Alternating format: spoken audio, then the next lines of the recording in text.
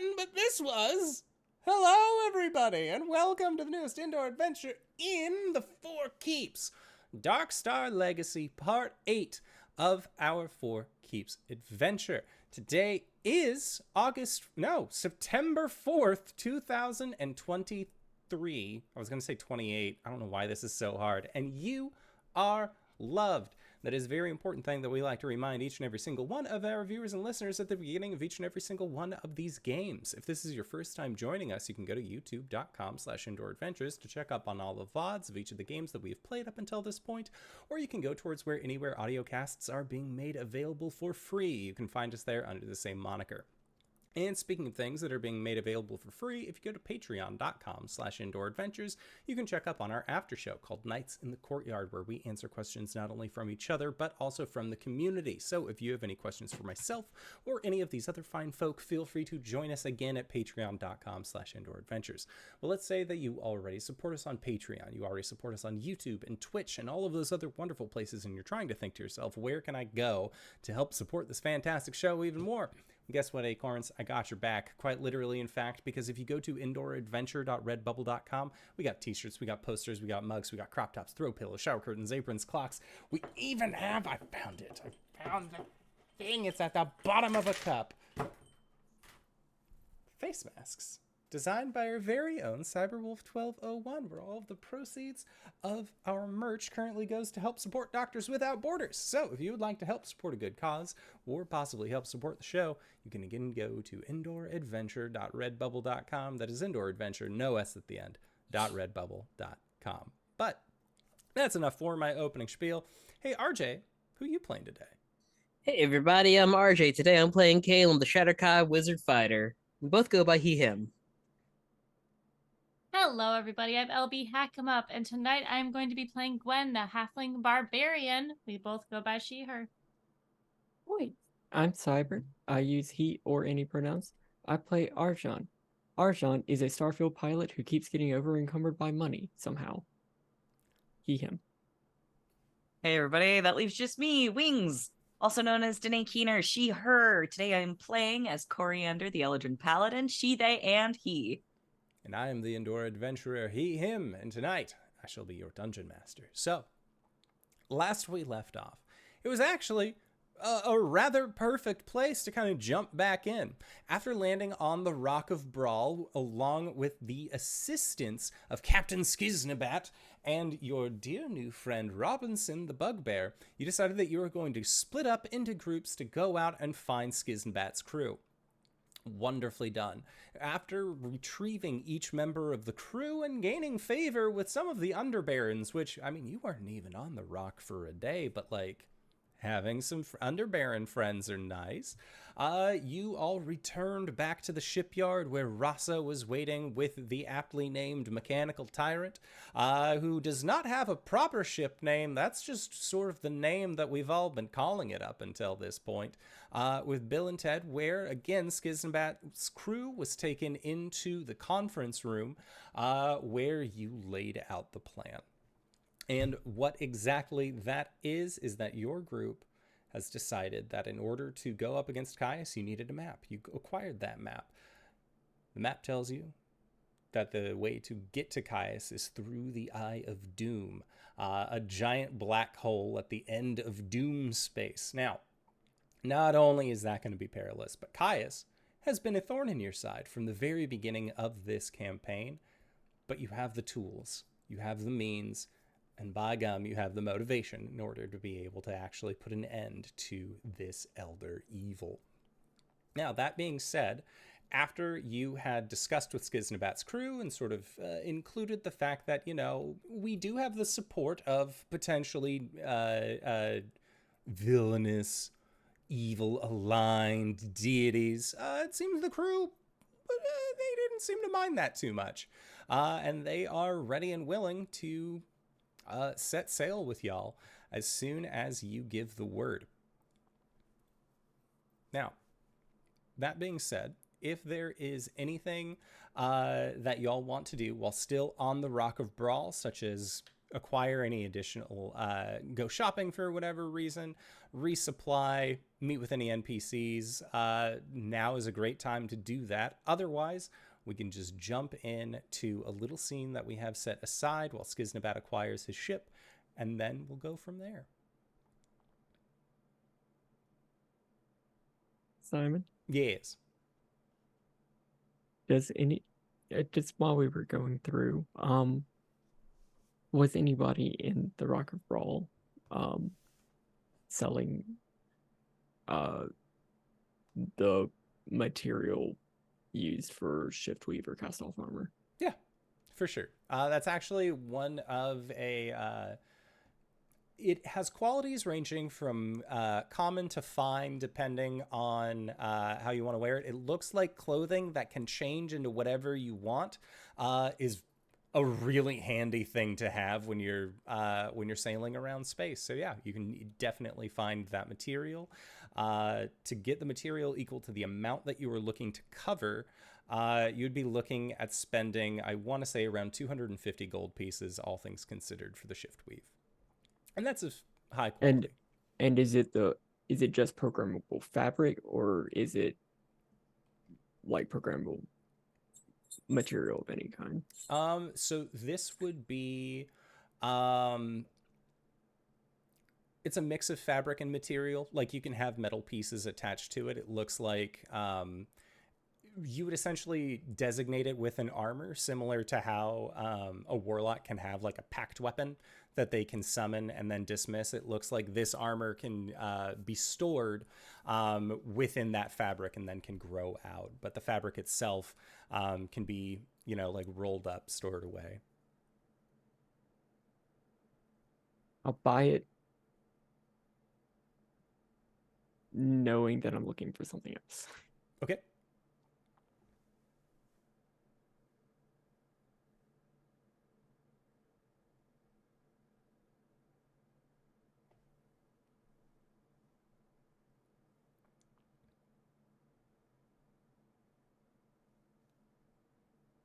All right.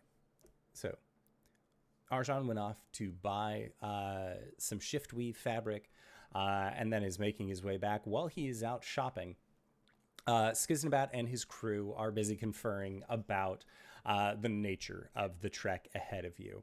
And Skiznabat will actually talk to his engineer, Madeira, about the ship, about how his ship has been doing. And Madeira, you actually see, pulls out what looks like a hand-sized model of a rather fine-looking vessel. It looks like almost like a steam engine, but it has several masts sticking up from its deck. But it does have like this large forward, almost like snow breaker, as far as like the front of a train would go. And it seems like the crew is, they're all aware of what this is. And you see that she will begin to shift parts of it, and she whispers something to this model and tosses it into the air at the end of this dock. As you watch this small model of a ship grow exponentially until it becomes a two-masted ship ready to go at the end of this dock. If questioned, Madeira will respond with a question of her own. Are you familiar with the item Instant Fortress? Which is all about making a small fortress into something larger. Madeira, working with some of the free mages here on the Rock of Brawl, was able to figure out how to shrink down something massive, work on it while it was still small, and then upon restructuring it to large size, still have all of those things function the way that they needed to. So she has been tinkering with Skiznabat's ship for the last however long, but he seems rather pleased to see his sky vessel once again. And their group will board, and they will wait for you all to also seek exodus from the Rock of Brawl. And we do that? Can we get a ship that could fit in our pockets? It'd be like a little toy dragon, wouldn't it? More or less, yeah. I mean, we Man, could. magic's cool, but scary as fuck. Kim will just blink at Gwen, like, yeah. I'm glad I don't do magic. But you do magic. Yeah, we do like some Ah. magic. Yeah, I know. I just Right. wanted to hear him say do. Okay, I was scared. I forgot. Yeah, remember I can see the future. See the future. And like Graybeard or Grayskull is like, he has partially forgotten about the fact that you can see into the future partially, and so he's like, "Ooh, what's my fortune?" Like, All right, well, we'll get on the ship. We'll do a tarot reading. Yeah, he's down for it. And I think with that, as your group is able to hop aboard the mechanical tyrant, and then next stop, not civilization, but somewhere far in between. So boarding onto the tyrant, Bill and Ted are actually going to go off on Skiznabat's ship as well, and they are ready to sail. It's going to be about a 5-day journey until your first sightseeing stop along the tour. Is there anything that anyone wants to be working on during this period of downtime? Any travels that need to be made? That sort of thing. I mean, sorry, go ahead. Hey, yeah, what's up? I need to try and get in contact with Arask. Can do that.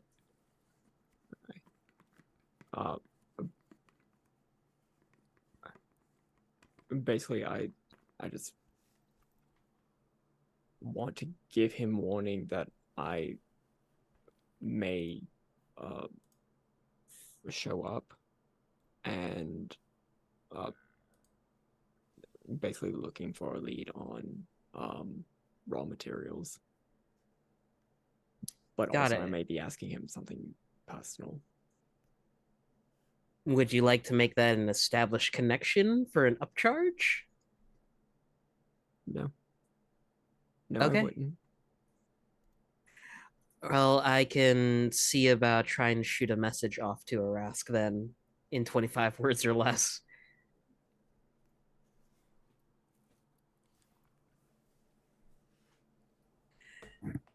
Okay. Hello, Arask. It's Caelum. Arjhan might be visiting to try and get raw material and might need to ask you something. Was that 25? Yes. That was 25, 10, 15, 16 words. Is that okay? Is that okay? The response that you get: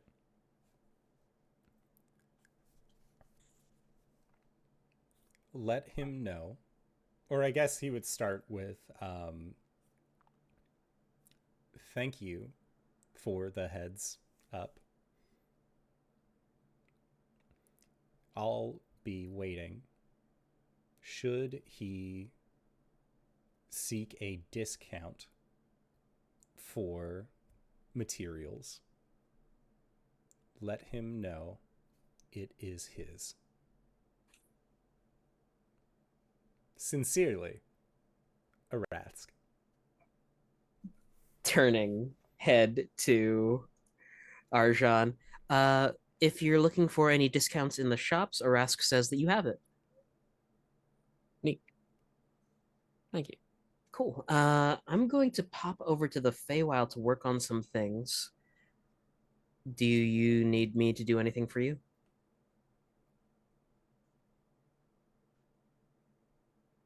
Simon, I still haven't heard from the other person I contacted, right? Don't believe so. Okay. Let me.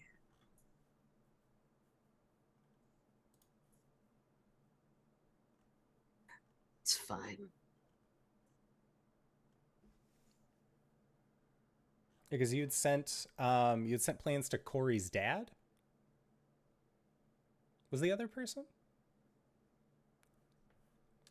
Shoot me a message. I'll let you know.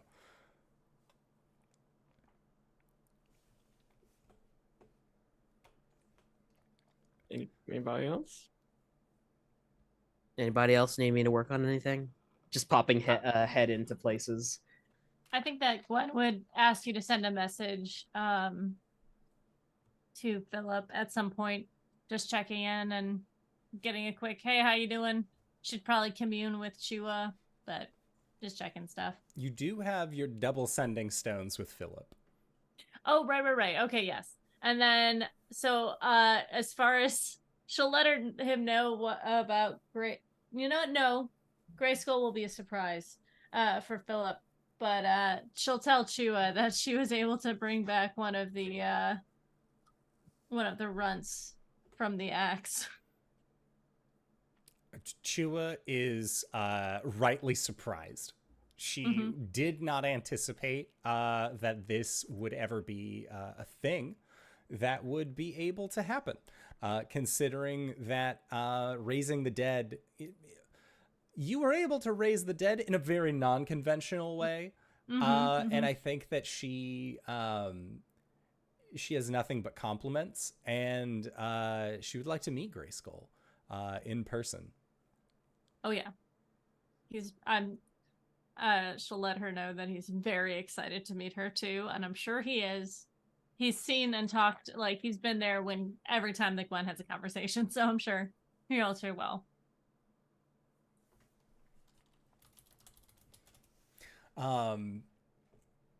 So yeah, Grayskull definitely down to speak to Chua at some point. I think the conversation with Philip is like, do you reach out to him first? I mean, besides Chua? Yeah, besides, like, are you... Oh, yeah. Like, are you reaching out to Philip? Because you're like, oh, besides Chua? Like, did you forget about your husband? No. I meant, like in order-wise, as far as, like, she'll contact Philip and then... Okay, got it. Yeah, Philip is, he's a little taken aback that you are in wild space, you know? Oh, yeah. Because as far as the last things that you guys talked about, you were like, I'm going to go get ready and like wrap up a thing real quick over here. And then the next call that he gets, you're like, so I've been in space for like a week now. Yeah. Wild space is crazy, man. And I think like he probably was ready to talk about like, oh, I'm coming home in like 2 days. Oh, all right. Like, he's not upset. He's just surprised. Really? At this point in our relationship, he's still surprised? Yeah. You're an interesting person. Thanks. And yeah, I think that he's surprised, and he says that he will make sure that Todd gets the best food that he can every day, in the hopes that maybe that will bring you some luck along the way. Seeing as how Todd is a godlike creature at this point in time. So a little bit goes a long way. So yeah, he is doing his best. He's keeping a positive outcome, and he knows at this point better than to seek help in this scenario from a villainous book that is he saw not in his possession. Good boy. Yeah, so Arjhan, I think during this period of time as well, thank you for the reminder text. If you had sent, because you had sent Newell to establish communication with them, correct? Newell will return, and they will bring with them a ruby. And this ruby in and of itself, Newell explains, is not necessarily the one that you were looking for, but if you are to crush this, the Ifrit will be able to have a projected image to have more of an in-depth conversation about where you would be able to find it, because he is knowledgeable as to where, but it is not currently in his possession. With more time, he would be able to get this for you, and he does owe you his life. He already gave you all a wish. So a gem he is willing to consider. He's as far as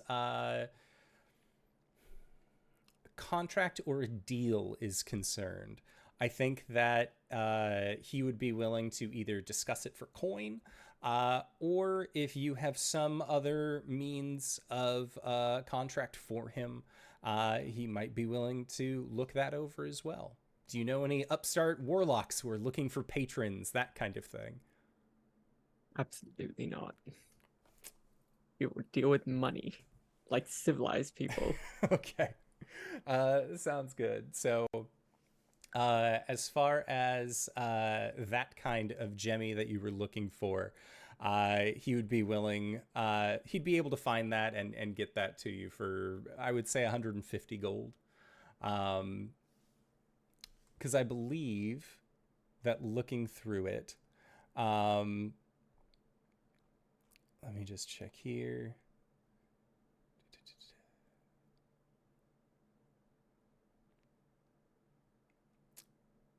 Gotcha. Yeah. So I'm looking for something a little bit bigger. Yeah. Sorry, needed to recheck. So he would be able to get you something along that line for. He'd be willing to do it for 300 gold. He still needs to be able to get it. But you did save his life. So let me just check here.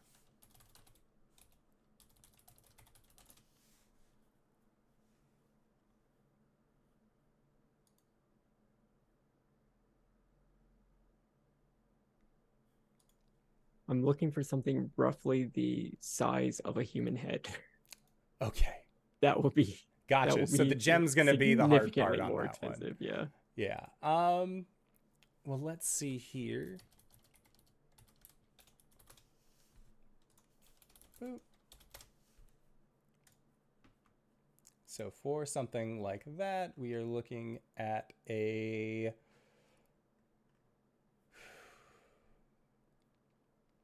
we are looking at a gem roughly around the size of a human head. You'd be looking at something around like 5,000 mark, just because of that being a gem. However, it is the elemental plane of fire, so rubies are in larger supply. So that would bump that down to 1,000. And then again, because he does owe you this debt, he will say 750 as the final offer for this large ruby, the size of a head, that bears with it this particular ability.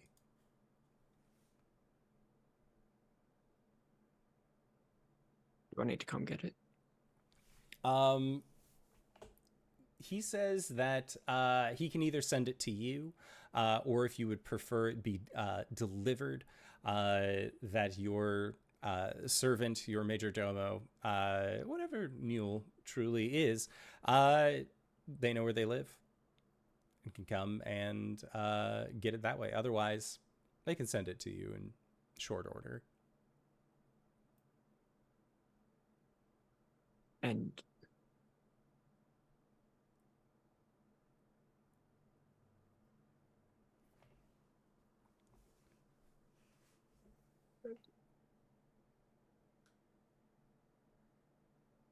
basically, if this were to be fitted into metalwork, is there like any issues with doing that, is there a particular smith in the fire plane that may need to work with it, or there is not a notable smith in the plane of fire that would necessarily need to, but if you are wanting it fixed in a particular style, the Ifrit does have connections, and they have also, as a creature of fire, are also very attuned for metalworking themselves. Otherwise, Kendek is also very handy with a lot of metallurgy.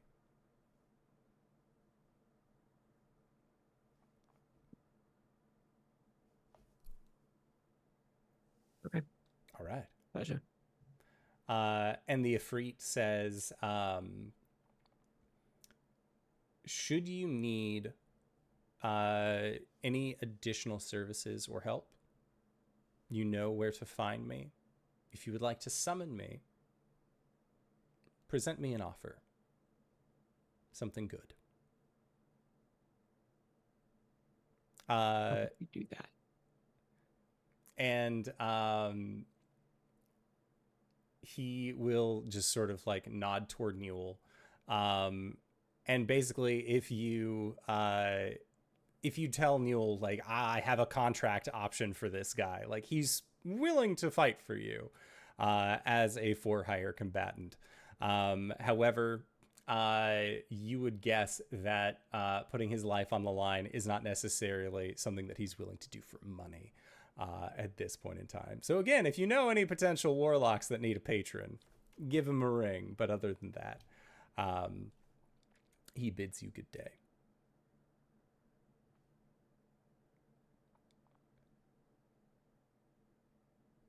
I am going to take this ruby. Okay. And I'm going to leave the ship through our house door and go to Arask. Okay. Yeah, the garden palace that Arask lives in looks like it's been getting significant repairs done to it. Mostly repairs of the magical nature to kind of expedite the process, like using shape stone on broken parts of the building to refit it, that sort of thing. But a lot of the garden areas that you've seen have a lot of starts to them. It looks like he's been getting back into the practice of actively gardening, which the kobolds, you can see that there is like a layer of stress has been removed from them now that their boss has gotten out of his depression of not being able to fly and has started working again. They are all very, very keen with that. And I think when you find Arask, he has a table in front of him and he is transplanting smaller starts into a larger sized bowl, a vase, pot, if you will. And he looks towards you, and thankfully you let him know that you were on his way. There's still a look of surprise as your group seems to just arrive when it conveniences you most, but he hasn't he hasn't needed to sleep for a while. He's been gardening.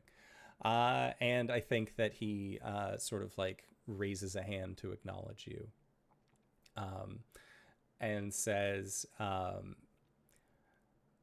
I'm assuming that if you're here, you are looking for your supplies? Right. I'm looking for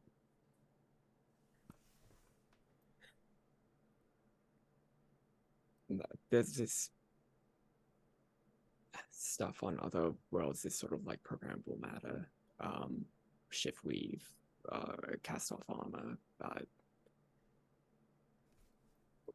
ways to make metal sort of rearrange themselves very quickly. And I was hoping to get a sort of custom piece made out of that.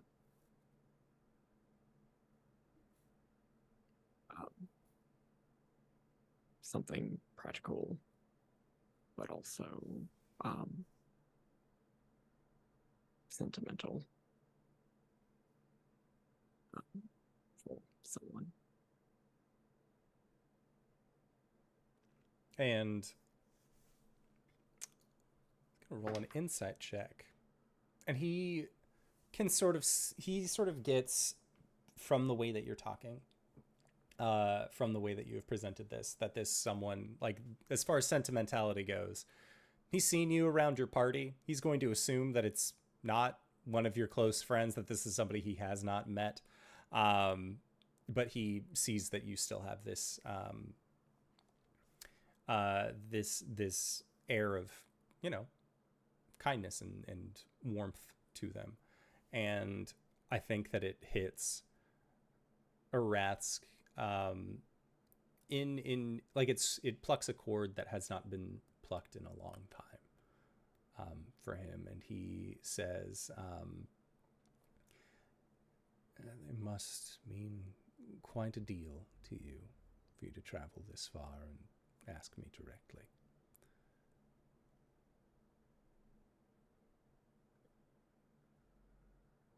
First off, does have you come across that in your time controlling the trade around here?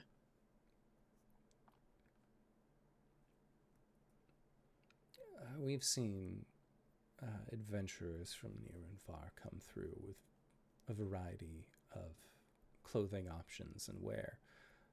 I'm familiar with this shifting fabric. No, I have not worked it myself, but I've seen it done. And I remember where it came from, or at least where it started. Okay. Are you looking for a tailor?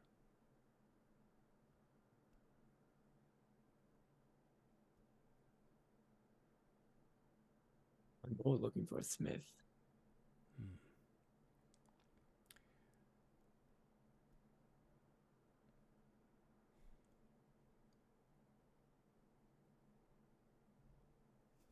Are you looking... I guess I'm not... Are you looking to get this outfitted as a suit of armor? Yes. I see.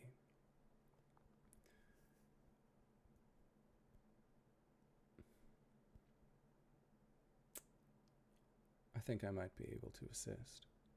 Do you need someone brought in to fashion it? Or do you need a direction to go in?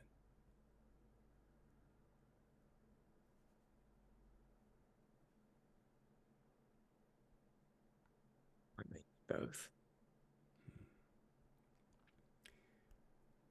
As far as individuals who work frequently with this kind of weave, the last great artisans that I knew of were in Vascor. That was, of course, before the city fell. There may or may not be individuals there who are still around to assist that I know.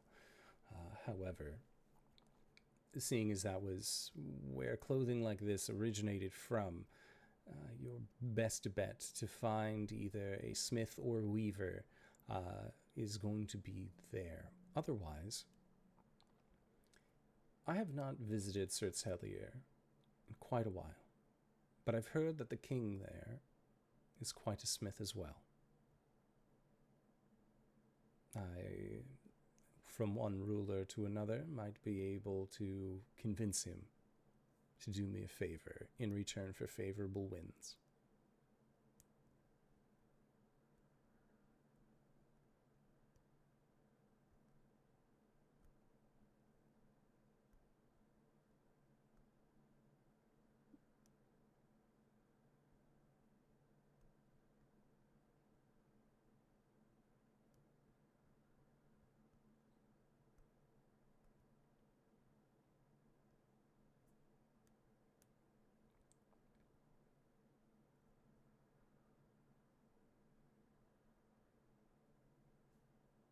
He he hasn't said that he has this stuff here, right? He would. I would say that if you ask, like, if he has like X, X, and X on hand, he has enough supplies that he'll have what you need.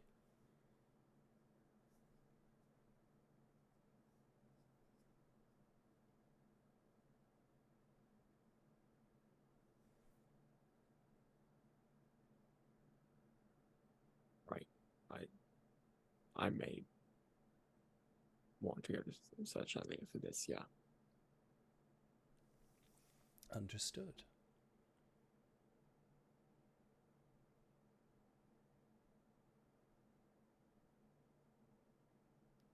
And do you have a time frame that you're looking for?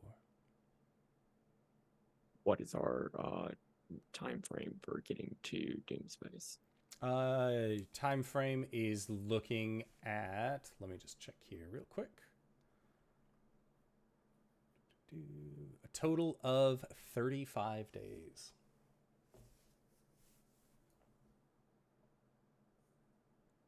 So from where you are, let me check. Yeah, you'd be about 30 days out. You have a solid month.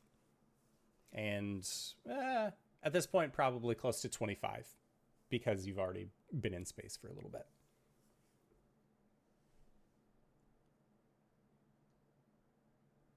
Less of a time frame than anything short of a miracle will likely get it done.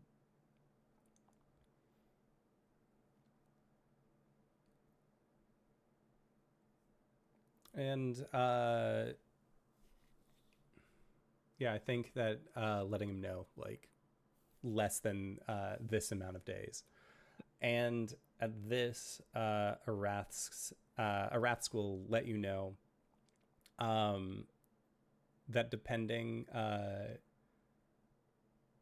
how quickly he can get a messenger to Sirt's Hellier, they should be able to figure something out. And at that, one of the birds that is free living in this botanical palace will kind of float down, and Arathsk will whisper something to them, and then the bird will alight from their hand. And he will say, if they fly all day and night, which I hope they don't, specifically for health reasons, but word will reach Sirt's Hellier in no less than 3 days. Once word arrives, I'm sure His Majesty will have wizards on hand who are capable of teleportation and other such things. And as far as the cost for all of this, will you help me? And he will motion to one of the starts in a pot. It is a more enjoyable experience to make lasting memories like these together.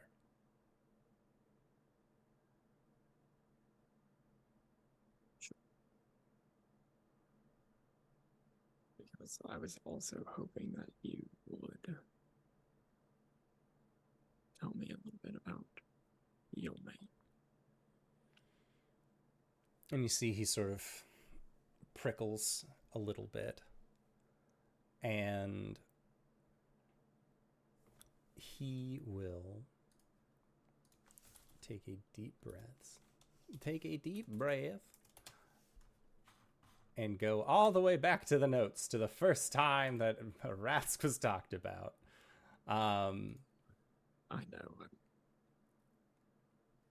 me see. I know the end of that story, but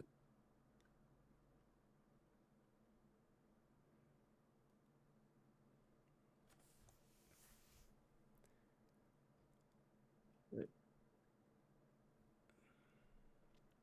would like to know what was she like how we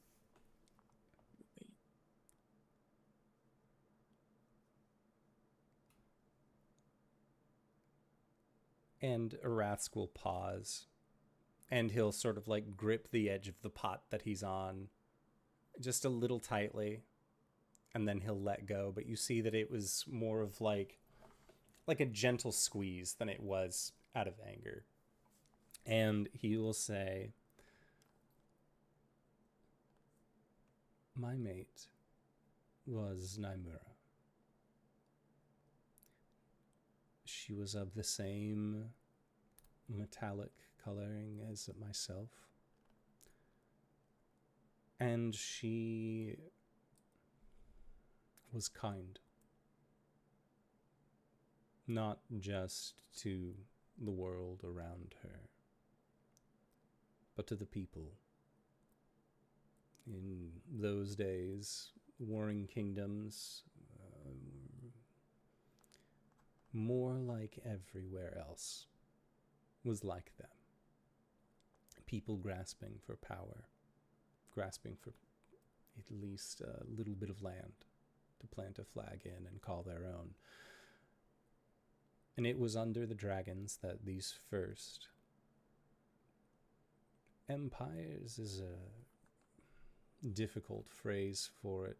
Countries were formed. Naimura believed that we didn't need to fight amongst ourselves, and there were those that took up her banner. She didn't believe in aggression. She played a game of defense. But she was one of the least guarded creatures I've ever known. If you asked her how she was, she would tell you.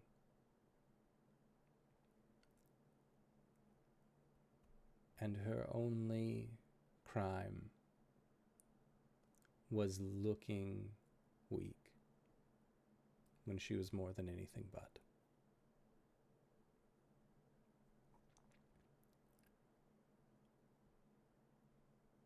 She was the sea on a calm day, when it was bright and shining and you could just hear the sound of the waves on the rocks, that reassuring thresh.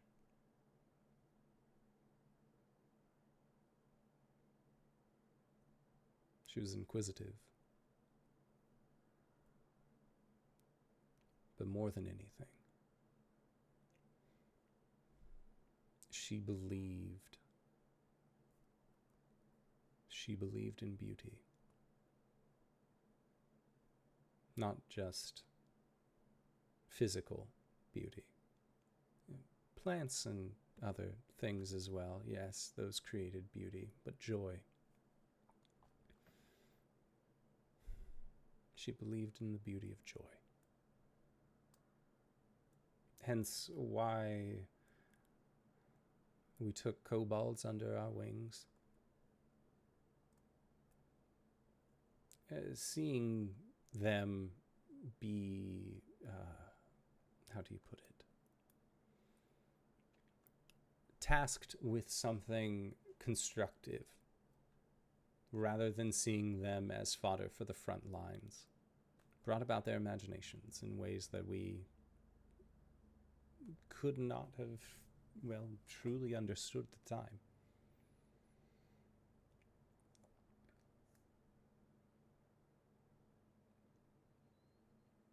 But from her, from the first kobolds that we raised together,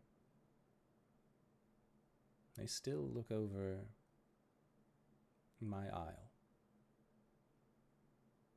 And in each of their faces, each of their little snout-nosed faces, I still see a glimmer of her.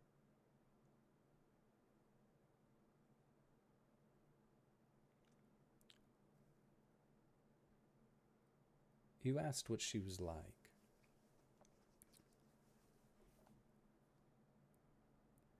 And there is not a word that I can truly describe that could ever come close to what she was, other than she felt like home.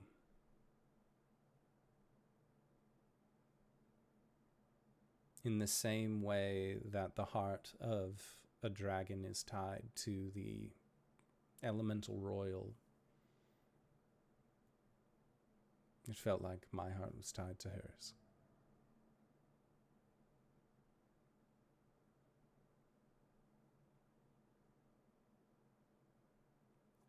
Is there someone in your life, Arjhan,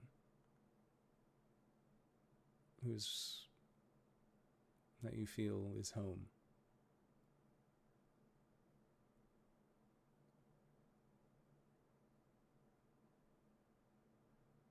A few.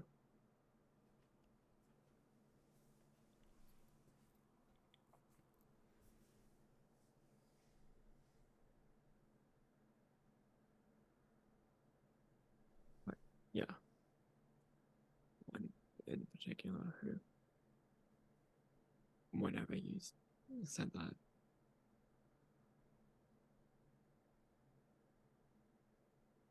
really showed me that I'm doing the right thing.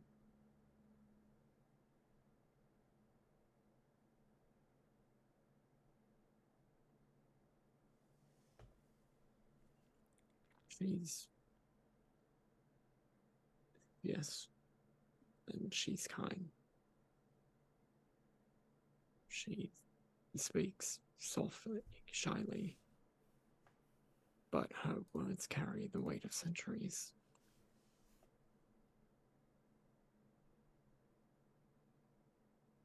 She's strong, she's gentle, she's unflinching.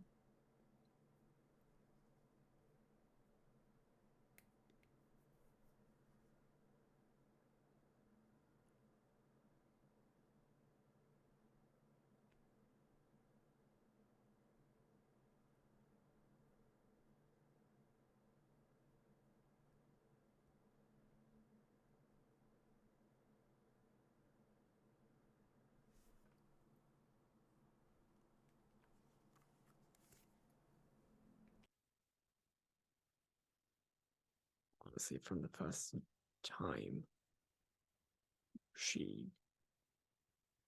the first time we met her, she was saving us.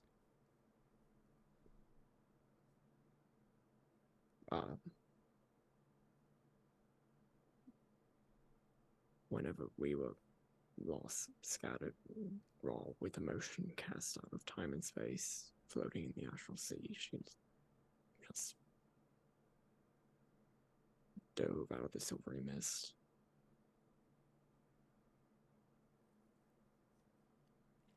Just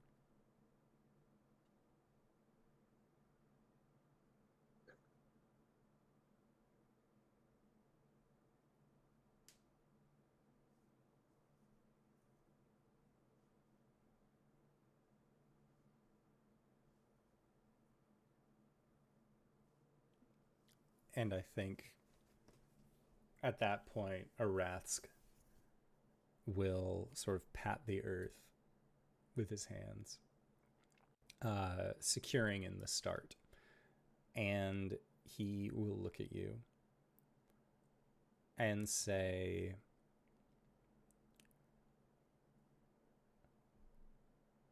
if there's one thing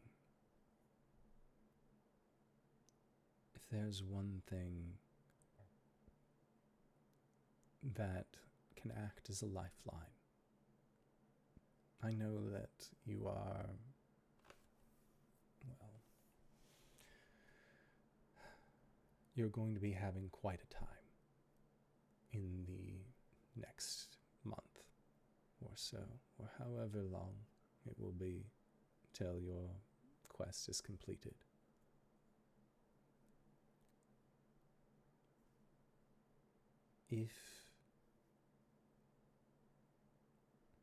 If they act as your rock,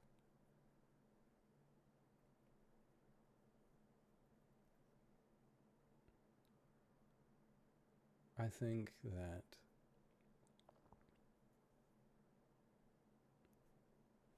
I think you'll be okay. Might I suggest planting a tree? After all of this is said and done, or creating something together.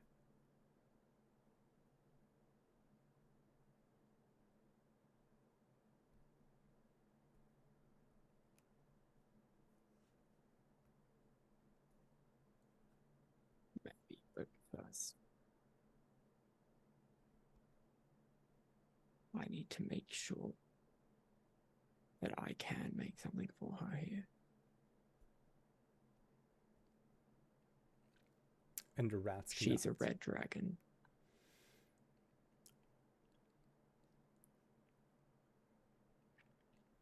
And I have made a space for her here.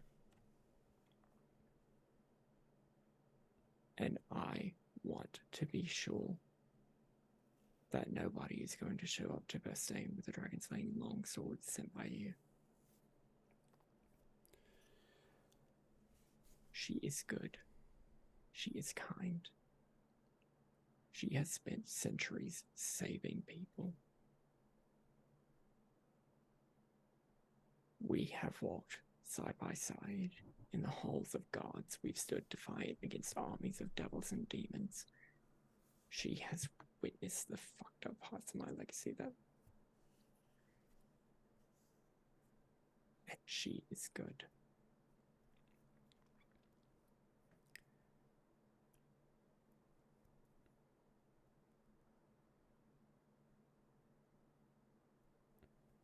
I will have you know that time and time again, I have had preconceived notions about who you are and what you are capable of smashed in front of me. And I have never been more glad to be wrong. No, you will not see or hear of anyone with a dragon-slaying longsword appearing in your town to try and strike down your mate.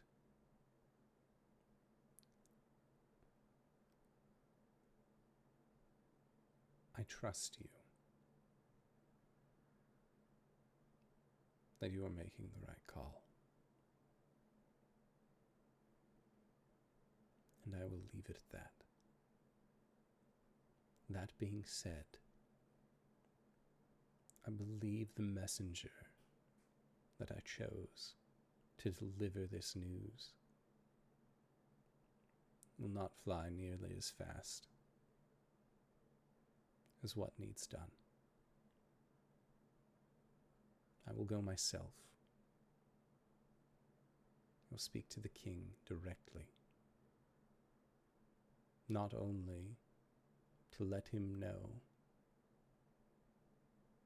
of the emergence of a new dragon and that she is not to have someone with a dragon-slaying longsword appear in New Town by the Crystal Lake.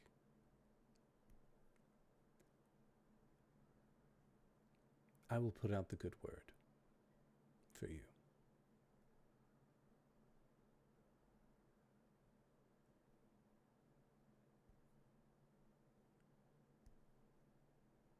Appreciate it. You have saved me time and time again and given me the powers of flight back. The least I could do is believe you when you tell me someone means me no harm.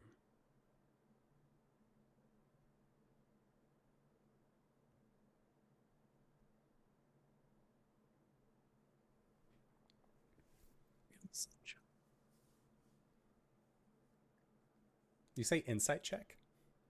No, I said I'm glad we understand each other. Oh, okay. But I would love to do an insight check. Yeah, for sure. This motherfucker truthin'. Or is he daring? Well, that's an 11. 11. Yeah, the feeling that you get of Ratsk is complicated, to say the least. It seems like you buttered him up correctly, got him talking about his previous mate. It seemed that, getting into a like, man, I love that person is a really good method of getting somebody to then be like, hey, also, I really love this person. Can you help me? Like, we're both bleeding hearts on this one. And Aratsk was moved by hearing about Rasa, though he does not know her. You can see that there is a twinge of it's a twinge of annoyance, but it comes from a place where in his mind he's like, I already said I was sorry for equipping one of your party members with a sword specifically designed to kill you.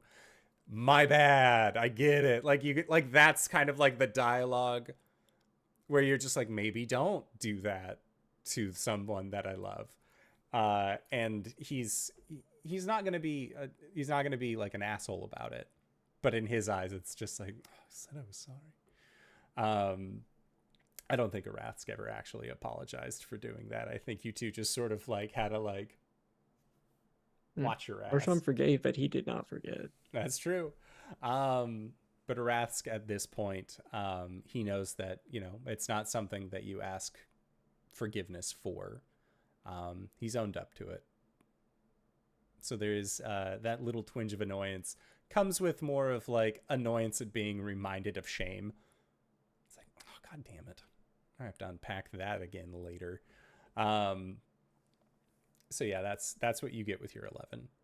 But he seems very truthful in this moment. And after like you let him know, like, this is what I need design, this is what I'm going for.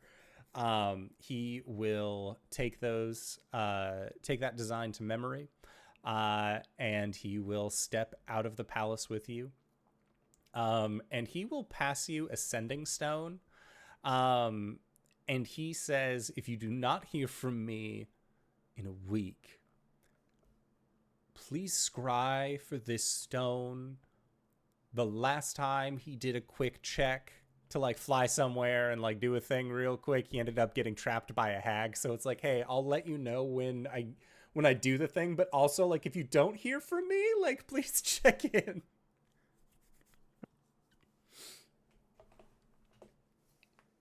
All right.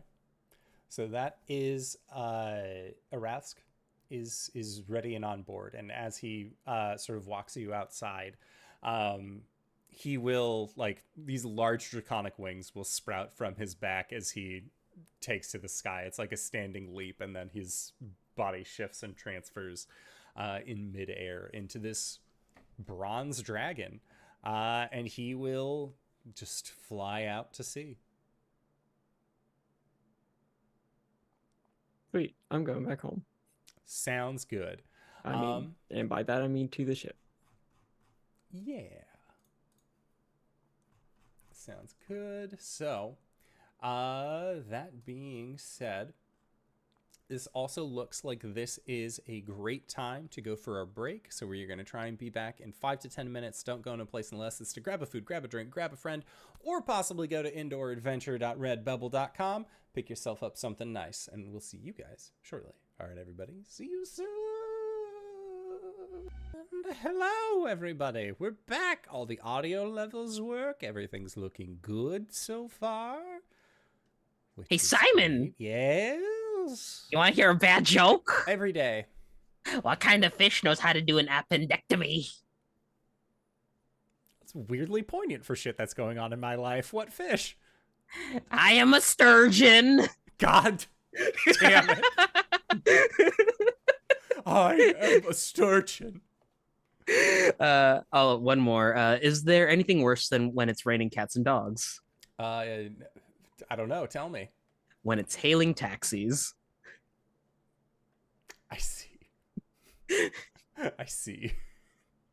I'm gonna remember that one.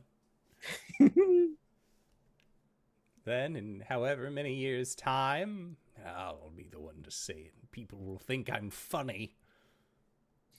They'll When laugh. RJ said it first, normally, that's my entire high school career. RJ said it first, someone said it just a little bit louder, and they're the funny ones now. Oh, God. Fuck.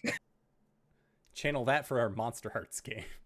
Yeah, that's your villain backstory. All right, so last we left off, Arjhan had just gotten done talking with Arathsk. Arathsk has decided that he was going to fly to Sertelier himself to speak with with Lord Ebenholt himself to try and get a expedited process on this project that he is working on with and for our dear friend Arjhan. So, Did we ever find out what that project is? Arjhan's being sneaky secrets. Also, about it. hi, I've got a frog in my throat. Carry on. So, as you're all flying, not only with the mechanical tyrant, but also with Skiznabat's vessel as well, things are going pretty smoothly. All things considered, you've heard that wild space is indeed a pretty strange time, and you start seeing, a few strange things here and there. About the third day on your ship, you actually see what look like little, humanoid. They have appendages and leggies where human parts should be, or humanoid parts should be. But they are like wispy little creatures that rest on top of what look to be goldfish that are sort of just like sailing around. It's the space chewingas. And these space chewinga are like looking at your party, coming up. They haven't ever really seen anything like this, and they're not getting a bad vibe from your group. So they're just kind of being inquisitive and not knowing what these are. Skiznabat would at least let you all know that this is a moderately frequent occurrence, or at least you want this to be a frequent occurrence, because then you know that you're not doing ne'er-do-well shit while you're flying in space. They tend to usually come out at periods of calm. As far as... Yep. If the Chewinga are getting close enough to the ship, Caelum is throwing frozen peas out of the environmental bubble to feed the goldfish. Oh yeah, the goldfish are just coming over, and the Chewinga, I think, crawl to the front and are trying to grab at the peas before the goldfish can, so that way they can try a little nibble. Can I motion for the Chewingas over and just put some bread on the deck of the ship and head on out of there? Check. I'm not good at these rolls. Oh. 14. 14? Yeah. I would say that putting out bits of bread and other things, the Chewinga on the back of one of these goldfish sort of steers it and rides it down. And then is maybe about 5 feet from you, and they will reach out with a hand and poke the bread, and as they see their finger hit and bounce back a little bit, they shimmy up, and you can hear it's a very strange sound. It's like a wind chime that seems to emanate from this creature as they get excited and they poke the bread again. And they just I have wind chime for genitalia. God damn it. A good place. Yep, that is not the case for these little creatures. For these little baby boys. Arjhan just sort of carries a giant thing of pastelaia that he made back in Versailles up onto the deck. Have a good old barbecue with the Chewinga. Yeah, if you are willing to share food with the Chewinga will just eat their fill. And I would say, yeah, they enjoy it. They're very pleased with this. And it seems that through this act of kindness, Arjhan, roll a D100 for me. Oh dear. And Caelum is a potted plant. 19. A 19. Fuck. Unfortunately, it looks like as one of these chewinga is eating it, they get this I'm sure there's more in the kitchen, and they are then broomed out of the kitchen by Robinson, who apparently has had chewinga living in his kitchen before, and he lets you know that they are impossible to get out once they get in. So he unfortunately has a no chewinga policy in his food deck, which does make the chewinga want it more, knowing that it can't go in there. This chewinga for the foreseeable future has decided to join onto your ship, but will always be trying to get behind closed doors. And whenever you pass by, they will just be trying to stick their hand underneath a door to try and grab it from the other side and possibly pull it open. Can Caelum walk by and just put up a minor illusion of some shiny keys and jingle in front of the chewinga and walk away? Make a deception check. Just dragging the chewinga with him. I'll say this is with advantage because you are using a minor illusion. Well, that's a nat 20 for a 19 because I'm not charismatic. Hell yeah.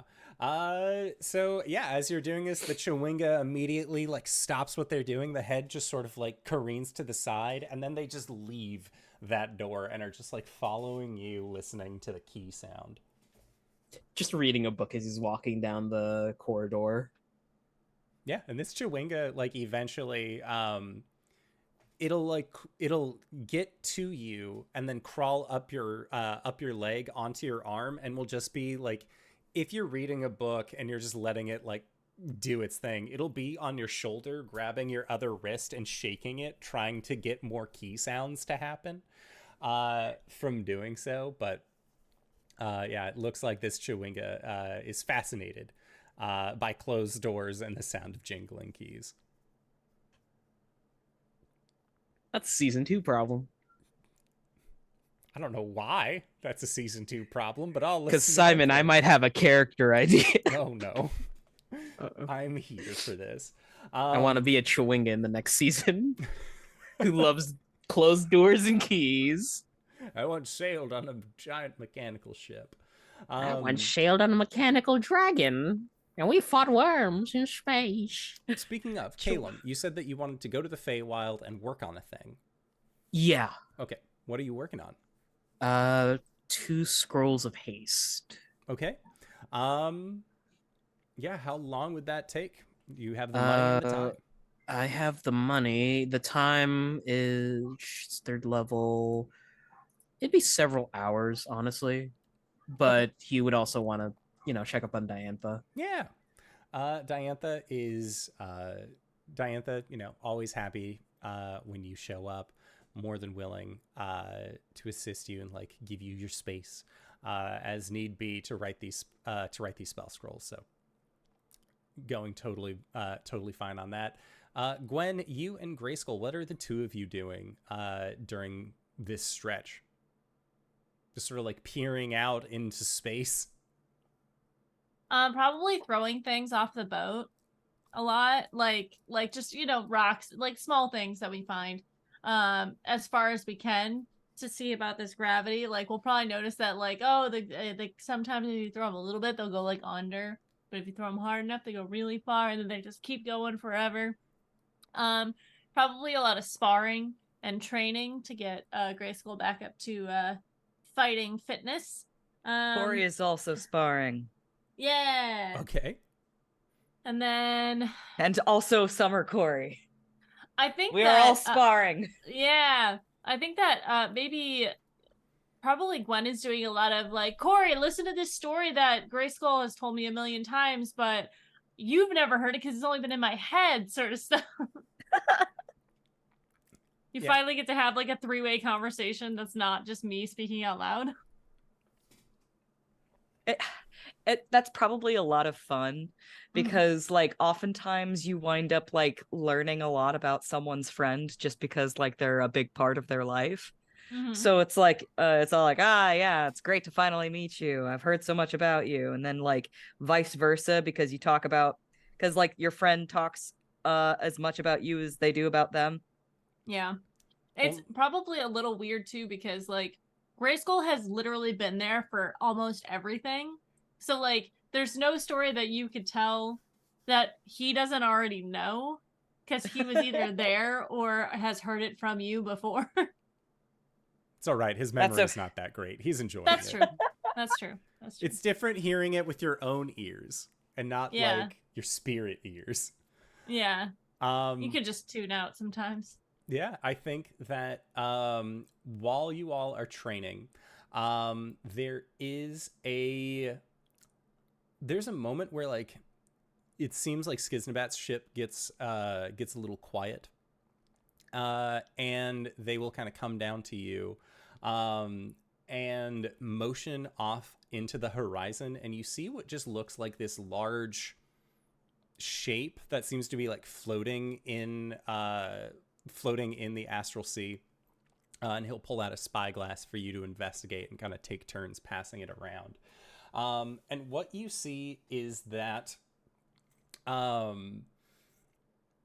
there is this, from what it looks like, there is like this large, almost creature looking thing that seems to be like floating in space, and Skiznabat explains that in the astral sea there are, to preface, when a god dies, when a god either dies of old age, a lack of people remembering or adhering to their practices, or in some such cases, when plucky young adventurers figure out a means how to kill them, steal all their powers, the husk of that deity will then be transferred into the astral sea to sort of kind of freely float and gain all sorts of traction. And as you are looking, you can see that it's like a shimmering miasma around this statue. And when you zoom in with this telescope, you can see what looks like heavy mist, evergreen trees, and at the heart of this strange looking forest, you can see what looks to be a celebration of sorts. Like you can see like there are people that are in this forest at the base of this forgotten deity. They have a fire going. You can see that they have a large chalice that's full, or a large bowl that's filled with like this strange red liquid that they seem to be passing around amongst each other. And looking up, like where this liquid is coming from, it seems to be coming from a stream that is on this ancient creature, this forgotten deity. On this forgotten deity, you can see that there is a hole, like a giant gaping wound in its chest, near where the heart chamber would be, that this red liquid seems to be coming out of. And getting a good look at this as well, it's very strange because it has humanoid features in that, you know, it looks like it was a bipedal creature at some point, but it has a wolf's head. But there are like horns or antlers or something coming from like the creature's head. And Skiznabat will explain that he's not sure. He's never been close enough to that area to find out what all of that is, but that area is generally a landmark for him.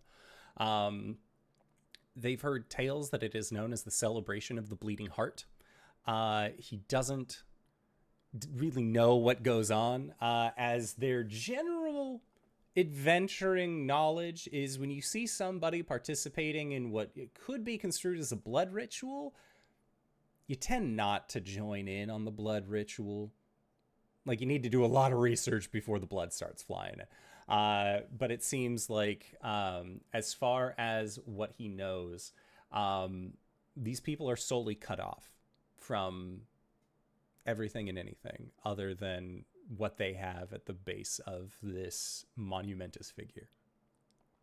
And he sort of like puts his hands on his sides and makes a comment about how wonderful wild space can be.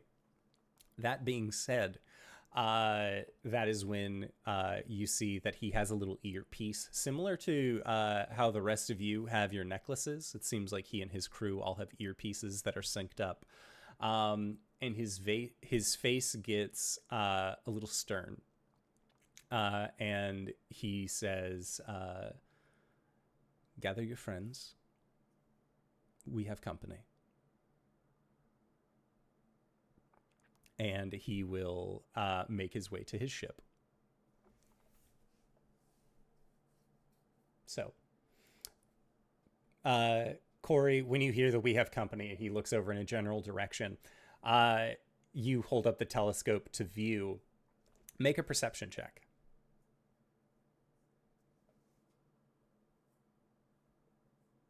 What do you presume it could be?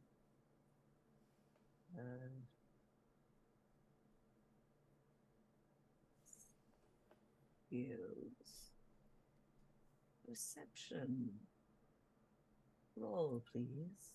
I got an 11. An 11. So, Skizmat seemed a little worried when he left to go to his ship. Looking in the direction that you saw, it looks like there is another ship, but it looks tiny. Like, it doesn't look like it would be like a threat level vessel from what you are able to see at all. But Captain for Hire's orders. What do you do? I hit my comms and I go, tiny ship on the approach. Captain Skiznabat seems to be upset about it. All hands on deck. Oh my god, yes, finally! Gwen gets up, pulls out her axe, and she's like, stands on the very front of the ship, and is just like on the railing, ready to go. Okay. Yeah, and like Grayskull is like up there with you. So as your two ships and Red Dragon are making your way towards this small ship, you can see that the ship will turn to a slight about face. One singular board falls from the side, and you can see what looks like a cannon head that is pointing in your general direction. It's still far enough away. Like, you're not really sure how cannons work. You have a big ass cannon, but like, as far as like threatening goes, you're pretty sure it's either gearing up for a glancing shot or something akin to that. And that is when you hear the sound of cannon fire. And you see this ball shoot in the direction of the two of your ships. And it explodes before it gets there. And you see unfurling with this large tapestry, it says bang. Oh no! Oh no! Oh no! Run away! We leave! As the sheet falls, you watch as this small little ship begins to kind of jumble and shake as you hear a cacophony of noise and horns that are just honking incessantly, very similar to that, blaring over speakers through the depths and darkness of space, as you watch the front of this ship pop open on a hinge, and a larger ship comes out from inside of it. Once that Space larger vampire ship comes clowns. out, the front of that ship opens up, and like a matryoshka of ships in reverse, these brightly colored, horribly colored, honestly, ships begin to materialize. There are 3 in total, and you can see that on their with their Jolly Roger, essentially, you can see that there is the depiction of clowns that are high and raised coming in your direction. Should I give them an opening shot? Should I throw the Sun Forger? I I'm think they're a little confused too as to what's- far. Well, I know. I'm confused. What just happened? What's going on? I I don't don't know. It just looks like the comment section of Twitter. Arjhan, your nose is bleeding. Oh god. I'm gonna. There aren't trickster fae in wild space, are they? No, it's worse. It's clowns. What's a And clown? as you are saying this, the ships get to be around 90, we'll say 150 feet away from where you are, from where all of you are. And you can see that one of the ships coming in first with the two on its side, come looking at you, and you see what appears to be a humanoid body with like painted face, black diamonds around their eyes. On the corner of their mouth, you can see that it almost like ticks up, almost like this creature's face paint of choice was to make themselves look almost puppet-esque. And you see them sail, "Ahoy and hail, good travelers." Hello. Fumbles. Hello. And as you say this, you can see that the person greeting you raises their hand up and then like comes back down onto the side. And they say, "All right, we have one of two options over here. The first, hope you all can free float in the astral sea. The second is, how do you feel about a little comedy?" Just holding a hand over the receiver, looking at everyone. I mean, personally, I'm a fan of the very, very large ships coming out of the very, very small one. How did it go again? Like a And Matryoshka. he'll drink from his flask. Caelum will activate the receiver again and just whisper, Ignis. And he'll cast Meteor Swarm. Okay. And yeah, there are three ships in view. What would you like to do? 1, 2, 3. Okay.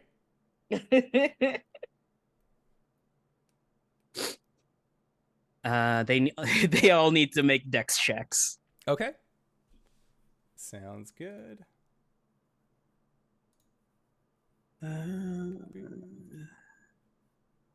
Do you want the total together or separate? We'll do total together. Okay.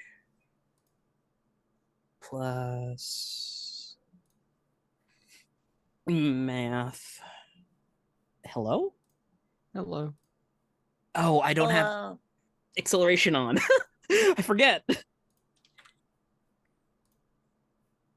Oh yeah, the good old browser chug. Yeah. 137 total on the first volley. Jesus.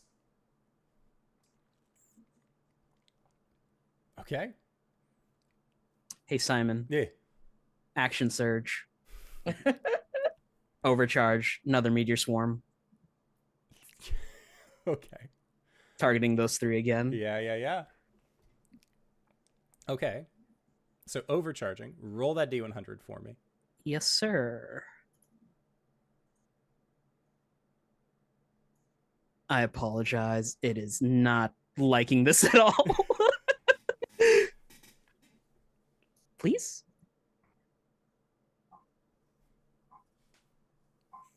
$86. So an 86. Okay. You'll age 43 years. Yippee! This is fine. And So you said it was 137 for the first one? let me check the numbers. It was indeed 137 for the first, Sure. and 143 on the second meteor swarm. Okay. Sounds good. So, you see the first ship get, like, scuttled after the second one. Because Action Search, like, you just cast 2 meteor swarms in less than 6 seconds. So, there is ship just, like, goes down. You hear what sounds like bubble wrap being twisted. And there is, like, confetti and acid just, like, being, like, exploding in the background. Because, as it turns out, space clowns have a funny thing that happens to them when they die. No. Secondly, after that first row goes by, second one comes down. First ship continues to turn into derelict space junk. Second ship... second ship, you see that the meteor comes down and is held in place above the ship. I don't like that. I don't like that either. The third ship continues on through. It's a bad time. Speaking of bad times, it looks like from the wreckage there is still a handful of crewmen that did not die that are currently, like, trying to swim in space. You see one of them, like, blows a long balloon out and then ties it quickly into the shape of a fan. Banana boat. And then they start propelling themselves in the direction of the undamaged ship. You see that the captain that had been addressing you, as these blasts are hitting, you see that, like, they don't seem to be rocked by it at all. And you even see, like, pieces of debris shoot out. Like, they are missing part of their body at this point. But they were standing as they were. And there is, like, a chunk of wood that is taken off their lower, like, part of their lower jaw. And as the meteor gets caught, you watch that body crumple and collapse. And you see floating up from the deck, painted like a jester's cap, is a beholder that is currently catching this meteor. And then they turn around and swing the meteor in your general direction. Who is piloting the mechanical tyrant at this point in time? The helmsman. Okay. I would like for somebody to roll a d20 for me and add, we will say, let's see here, add 4 to it. That's a 10. All right, so Caelum, how much did the middle meteor on that one do? The middle meteor, would that be the first wave or second wave? Second wave. Second wave is 137. Okay. How long does it take for the meteor to make impact with our ship? And do any of us have an opportunity to react before such a thing happens? Arjhan was flying toward the ship, so... Well, welcome to wild space, baby. Let's do some calculations. easiest way to do this. Does everybody want to roll into initiative for me? No. I want to fire more meteor swarms. Something happened and I'm head over heels.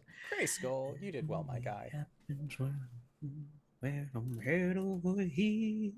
14. 14. Caelum's making this -2 dexterity work. 11. 13. Okay. Changed my setup a little bit, so 4. Sounds good. I'm here to help. Later. This initiative makes sense when there are clowns involved.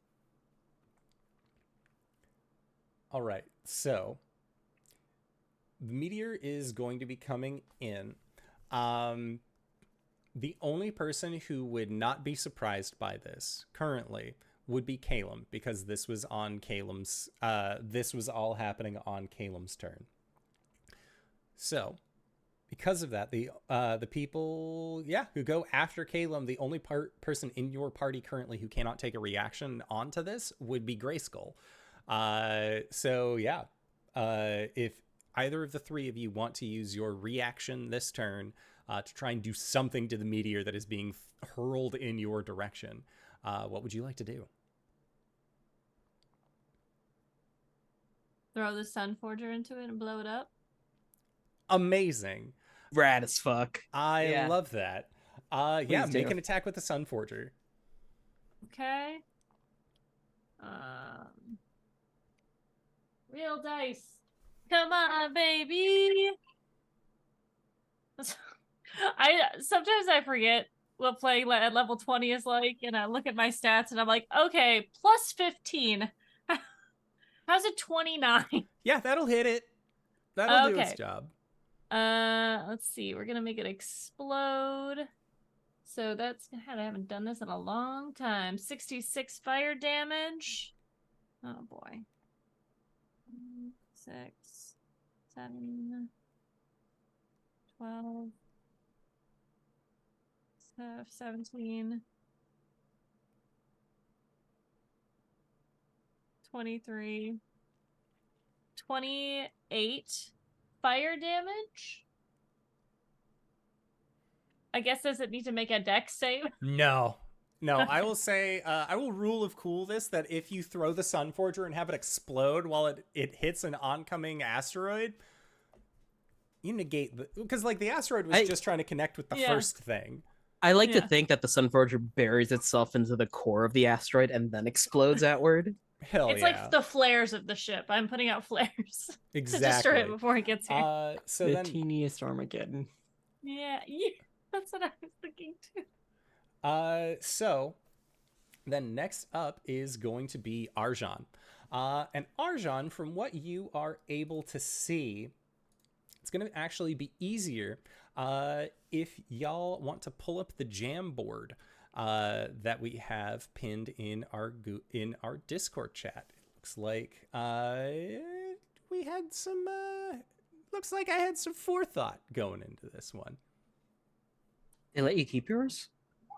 Forethought? Oh, removed it when I was but a wee lad. Why is Ronald McDonald so sad on this map? Because he angry. Oh. And who's this? Is that Teller? My goodness.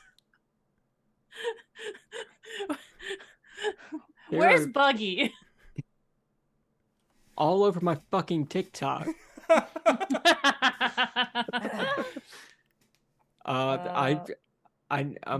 Arjhan's going up and acid breathing the beholder, so Okay. I need a deck save. Sure. Sorry, it's been so long. Oh, never mind. There it is. I found it. Never mind. Yay. Technically, everything within a 60-foot line would need to make a deck save. I assume that includes the ship. Yes.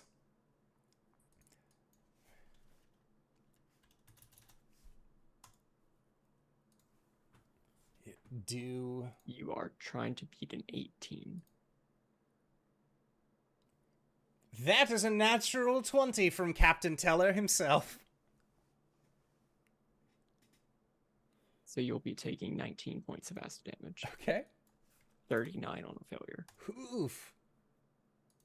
Oofda. And this will also include the ship. Gotcha. Okay. Ship's damage has been noted.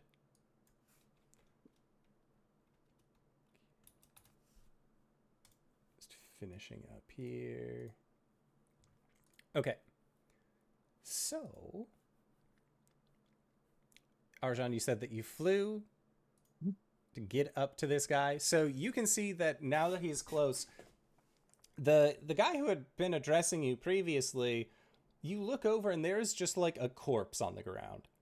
Like there is no life in him. It doesn't look like he's even like bleeding freshly. It looks like that guy's been dead for a while. Make an insight check for me. Natty 20. Natty 20. You are guessing that this beholder was doing some sort of ventriloquist act with the previous captain of this ship.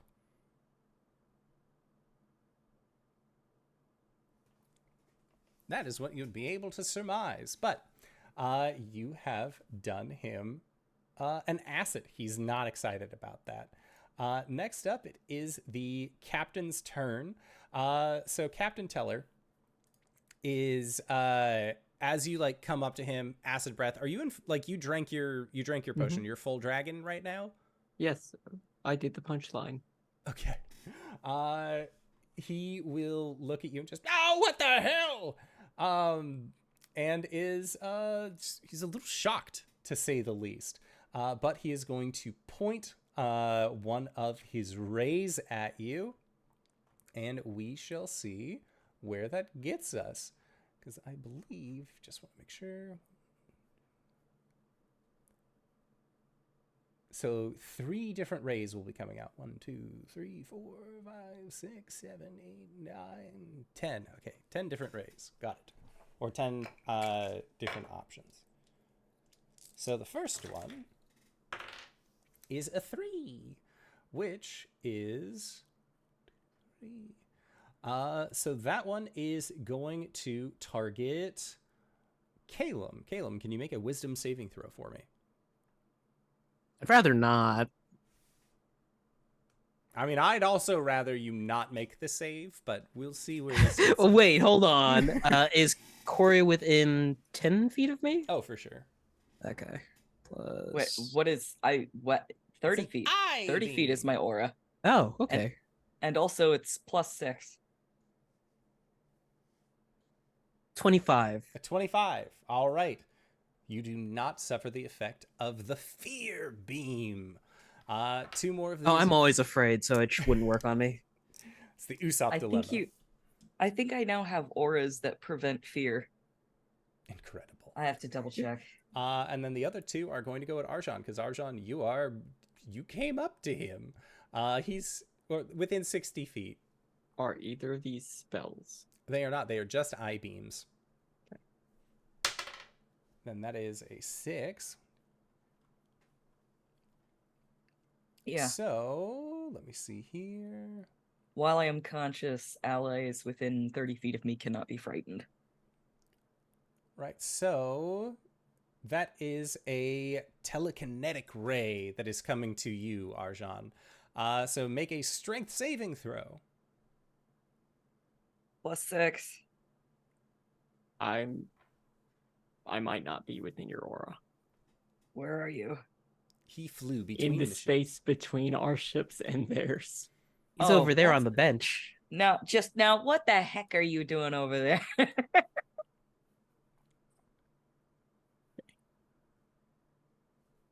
14. A 14. All right, Arjhan, you are caught up in this telekinetic ray, and you are restrained until the start of the beholder's next turn. He's then going to shoot or try and shoot you with that 3rd eye beam, which is the same. So it can't use the same eye as a 4. And that is I need a dexterity saving throw. Which I will have disadvantage on.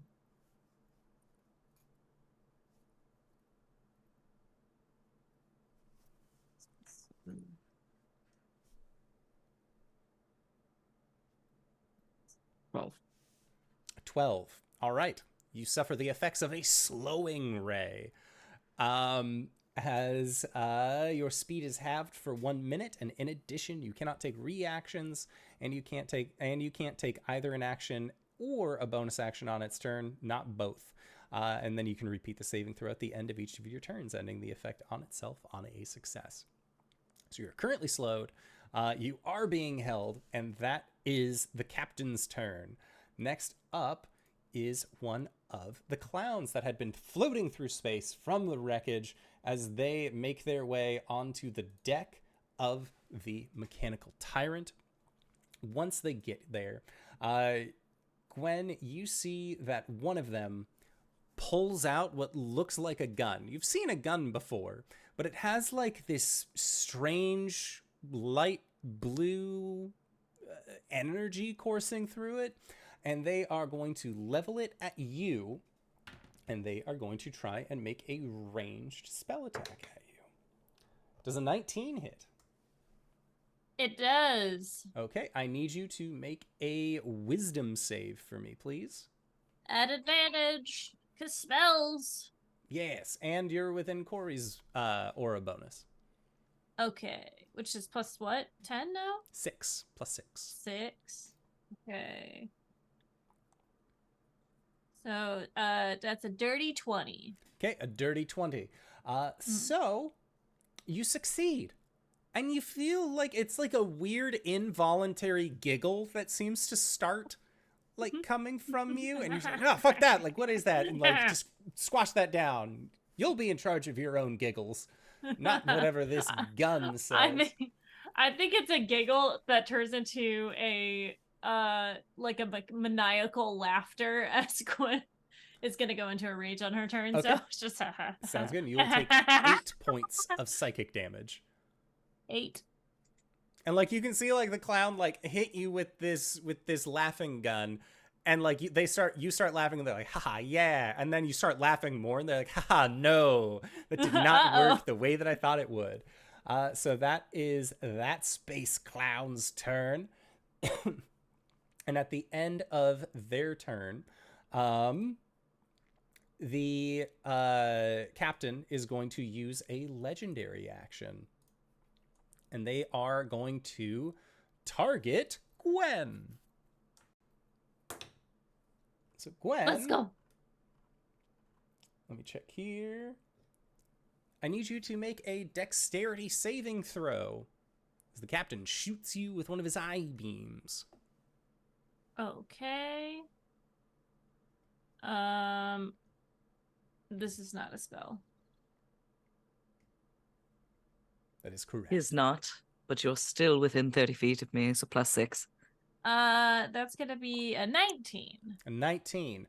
All right. So as this eye beam hits you, you can feel, and like I think this has happened to Gwen before, but you feel like your muscles starting to tense up a little bit, and like you get the feeling that if you let that feeling continue to course through you, you might be rooted here as a statue at some point in time. So thankfully, you shrug it off, because no way is that eye beam gonna get to you. Mm-hmm. So then instead is going to be, you can see it is a creature of infernal origins that is aboard this ship. They are a rather rotund-looking demon, and their mouth sort of like comes down. They don't really have a neck. It's sort of like that pear shape where it just sort of like goes into their head. But their eyes open with this brilliant light blue, and they are going to leap over. Actually, they do not leap over. Sorry. You see that one of the clowns has a grappling hook that shoots over and attaches itself to your ship, and you see this this huge-sized creature lumbering over to the side, and they look down at this rope, and they reach into their pocket, and they pull out a tiny unicycle. They set it on top, sit on top of the unicycle as this large creature just wheels their way over from their ship to yours. And as they do, Gwen, I need you to make a wisdom saving throw as this creature casts a spell on his way over. Within I'm 30? over here. Yeah. I have Counterspell. Oh, I was going to counterspell it. Oh, okay. Okay, I'll tick up a 4th level spell slot for that. Yeah, Caelum, you started seeing what looked like a crown beginning to appear over Gwen's head, and then no, immediately snap that shit away. Not Crown of Madness. And it seems like this creature, as you do that, just why would you do that? And they get really upset at the fact that you were that you counterspelled them. The physical damage is negligible during this fight. The mental damage, infinite. Sounds good. So after after that, it is Gwen's turn. Gwen, you have this large-sized creature, and then that clown that shot you with a funny gun. Gwen is going to tiny rage, please. Okay. She is going to move up to the biggin. And she is going to go for a streaky strike, you know? Okay. Now just let me... reckless attack? I also need you to make a wisdom saving throw at the start of your turn, Okay. as you are in the aura of this large boy. Is this a frightening effect or a Let spell me effect? see. It is not a frighten or a spell. This is a creature's This is aura. wisdom, you said? Yes, it is. 11. An 11, and that is with the +6? No. 17. Okay. I didn't know if I was close enough. Gotcha. So, that is still a fail for this creature. On a failed save, you have disadvantage for 1 minute on wisdom and charisma checks and on wisdom and charisma saves. Heard. Okay. Okie dokie. But not You were attack. within 30. You were within 30 feet of me, right? Yeah, Did you add the it plus went 6? from 11 to a 17, but Cool. Yeah. It's just checking. yes. All right. That's why I'm here. I'm going to attack recklessly with the runt axe. Okay. All right, and as I'm raging, I'm going to set it on fire. Sounds good. The first attack, I was sorry, just rolling my wisdom save is a +0, and now I'm like, all right, +16, okay. That's a 30 on the first hit, That'll hit it. and a 30 on the second hit. You both hit. Okay. Fire damage. I don't remember what my rage. Oh, that's a 1. That's a 1. So do you need to know fire versus regular? Nope. Okay. Or actually, I do need fire. Yeah, I do need them different. Okay. Sorry. Okay. So that is 10 regular damage slashing, and then 7 fire on the first hit. And then on the second hit, it's going to... And you're adding It's your going rage to damage to be- this as well? Yes. Okay. Oh, I'm so sorry. +10. I'm dumb. The first one +10. Okay. It's like, I feel like 14 is That's pretty low. Yeah. Yeah. So then the second one is only 17 though. Regular damage, and then 8 fire damage. Okay. Yeah, this creature takes a shit ton of damage from the cuts that you have delivered unto it. I will also spend a cruelty point to add another d6 of fire damage. Sure. 4 on top of that. Okay. Yeah, it looks like the fire damage is not doing as much as you would hope, but it is a fiendish creature. Yeah. Okay. All right. All right, and That's then me. Gwen, after your turn, the beholder is going to use another legendary action on an eye beam. They're going to shoot you. That is an 8 on the beam. Okay, make a dexterity saving throw for me. Okie dokie. Okay, I do get advantage on effects that I can see. Yes. Okay. I rolled 2 4s, so 5. Okay. So The Gwen, dice, they're not with me tonight. you are going to be taking 43 points of damage. Let me just check to verify. That is force damage. Okay. As this creature uses its disintegration ray. So Gwen, as you get blasted, basically any non-magical armor or anything like that that you are wearing just turns into dust as you protect yourself. Yeah, it's just the like scraps of clothing hung on, like as she like it's going like this. It's just anime. It's still holding on, but it's Tasteful miss. Yeah. Well, I was gonna say it's in the shape of the axe, like you like flipped it flat side to protect you from the beam. So like anything in the axe's shape is still good. Mm-hmm. All right, All right. so that was the legendary action at the end of its turn. Next up is another one of these space clowns.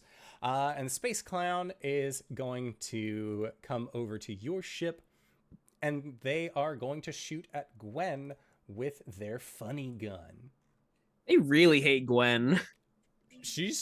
Look, they know what the big clown's deal is. It's better for them to focus on one person.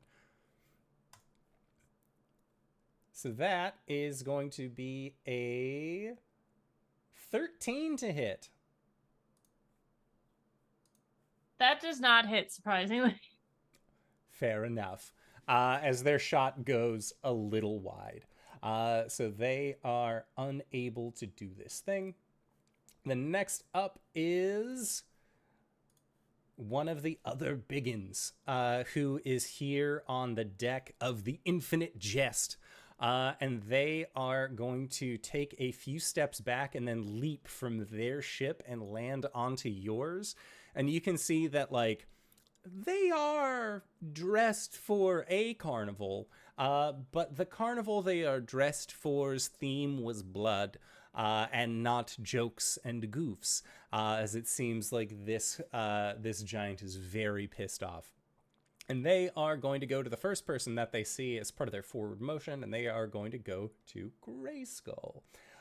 With that being said, they are going to try and hit him with an attack. But they roll a 12 on the die, and that doesn't do what they wanted to, and they only have one attack action per turn. So that is it for that. Cori. Okay, hello, my name is Cori, and I am here to help.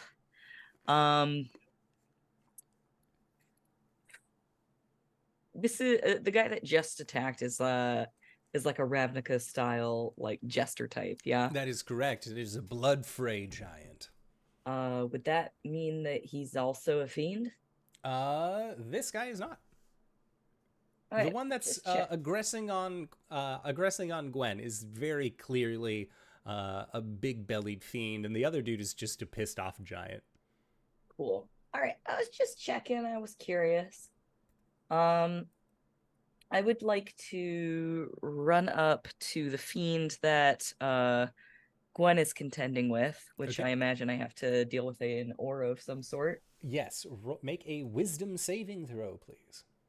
Okay. That is... Hold on. It's a very complicated now. 26. 26 saves. You're immune to this creature's aura of mind erosion for 24 hours. Oh, Cori does not need her mind to erode any further than it actually has. I'm gonna activate Guardian of Nature. We're gonna go with Primal Beast. It's a bonus action. My walking speed increases by 10 feet. I gain dark vision out to 120. Strength-based attack rolls are at advantage, and my melee weapon attacks deal an extra d6 of force damage on hit. Okay. And then I'm gonna start swinging. And so I will hit this button. 27 to hit. 27 hits. That's going to be 12 slashing damage, 8 radiant damage, 2 force damage, and Gwen gained 10 temporary hit points. And I'm going to go ahead and throw a smite on that. That being 10 radiant damage plus 5 because he's a fiend. Okay. Let me just go ahead and mark that I've used that smite. Second attack. So, funny thing about your first attack. Ah, I see. After getting several meteors dropped on him, this guy does not have nearly the HP that he did previously. However, I do need you to make a dexterity saving throw as that slice cuts into him and he pops like a giant blister. Can do, pal. Me too. And Gwen. Oof. Let me blow up. I got a 13 on my dex. Okay. Plus your charisma? Yeah. Oh boy, I rolled a 19 plus so 26. Okay. So, Gwen, you'll be taking half of this. Cori, you take 17 points of acid damage as this large clown explodes. How much damage was that? 17. Okay. They are no more. Okay. All right, that was me. Is Summer Cori here? Summer Cori is here. Oh, wait, no, that wasn't me. I still have one more attack. And 40 feet of movement. Do I have enough to make it over to Ronald McDonald over here? Yeah, you could definitely make it over to Ronnie. All right. I'm going to head over there and I'm going to take my second attack. Okay. That being 22 to hit. 22 hits. Roll for damage. 14 slashing damage, 4 radiant damage, 3 force damage, and 10 temporary hit points to Caelum. I'm going to throw a smite on that. Okay. Let's go with second level on this bad boy. I'm feeling frisky. Why not? That's going to be 6 radiant damage. Not undead or fiend? No. Okay. Man, just 6. And that is Cori Prime. Do we have Summer Cori on the board? There is an upside down Cori next to you. Well, I'll say that you guys move at the same. That was me. You'll move at the same initiative for right now. Okay. Switching over to Summer Cori. She is wielding Equinox. She also has a rapier +3. Let's go with the +3 rapier on Summer Cori. Why not? Let's have her also run up to Ronald McDonald. And start throwing some attacks. Is anybody actually before I do that, is anybody suffering from magical effects that would rather not be? Arjhan is Not suffering anymore. from slow. And possibly maybe getting turned to stone. You know what? I'll get you next time. Summer Cori cannot fly. Because she does not have Rife. Okay. I can take care of one of those problems, Connor. Okay. I'm pretty sure. So can I. You know what she can do though? Which one can you take care of? Because it is gonna. Do I want to put a third pawn on the board and summon a celestial? Let's not. This is my first combat with Summer Cori, so let's not make this more complicated than it needs to be. Okay. How's about that? How tough is Ronald McDonald looking? He looks pretty injured, but as far as I mean, he did get hit by a meteor, singular, but still got hit by a meteor. Yeah, you make a good point. Okay. Yes, we're just going to attack. We're going to keep it simple. We're doing that. 25 to hit. Okay. 16 piercing damage. I don't have macros made for Yet. Okay. I'll just do this.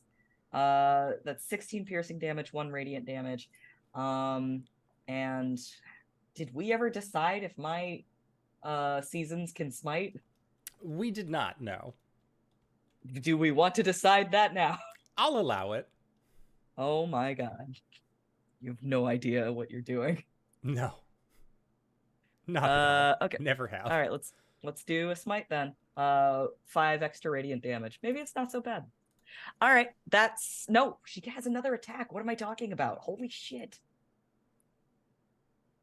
I'll set up some macros and expedite this process. Okay. That's gonna be 32 to hit.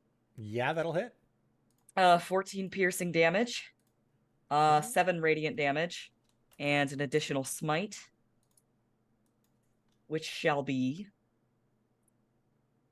7 radiant damage. Okay. And now that is a turn. Sorry. Okay, I'm done. Sounds good.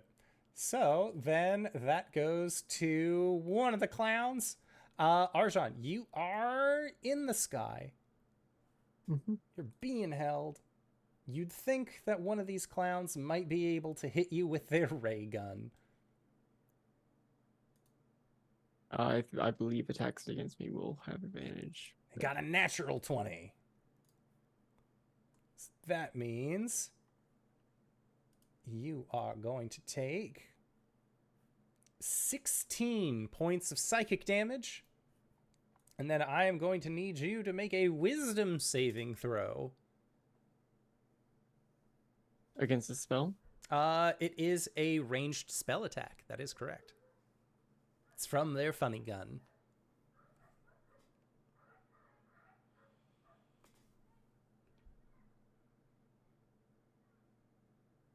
$21.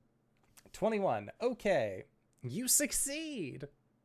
This isn't funny at all. You're being held up in the sky by a beholder. It's a bad time. But that is all that clown can do. Next up is Grayskull. And Grayskull, hey LB, what do you want Grayskull to do? Grayskull is gonna go smish and smash. Look at him. I love his little figure. How much movement does he have? He would have 40 feet movement in terms of walking, flying, and swimming because we had shrank him down from a storm giant quintessent. Yeah. Can he get over to this gentleman over here and try and like just shove him off into space? Oh yeah, he could for sure do that.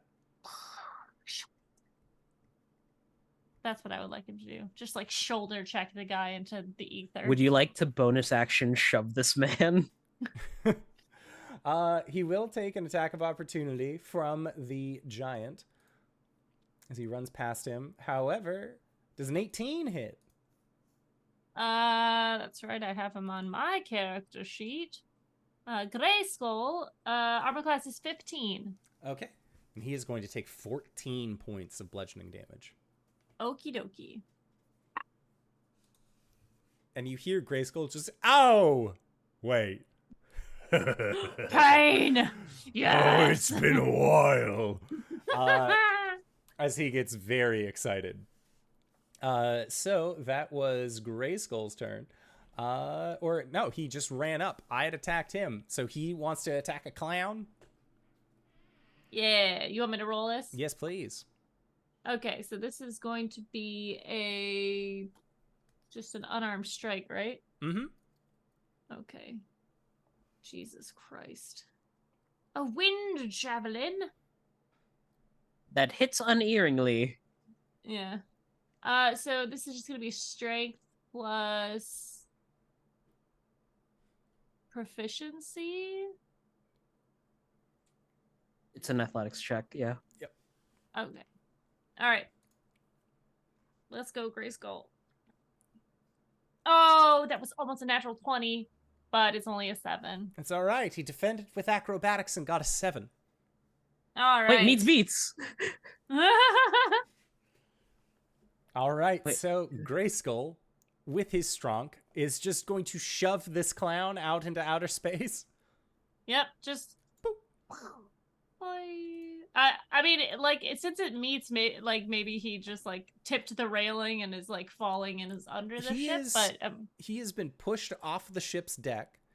Mhm. But because you are in your gravity bubble, there's just this clown like free tumbling in Here, I'll your air tilt bubble. him. Are they firing their funny gun, like just repeatedly trying to hit? It's not working well. That is what they are going to do anyways, though. Next up, you see that the door to the cannon on the Infinite Jest lowers. And you see a cannon once again point out. It is going to be in the... it looks like this is going to be in the direction of... It's going to aim in the direction of the wizard. As the wizard was the guy who dropped a shit ton of meteors on them. So maybe they want to try and focus on that. And Caelum, you are used to hearing cannons explode outward. This isn't necessarily an explosion, but you hear synchronous cackling emitting from the cannon's barrel. As from the cannon, as it rocks back, you see that there are two what look like skulls that have been tied to a chain facing different directions that are just being buckshotted towards you.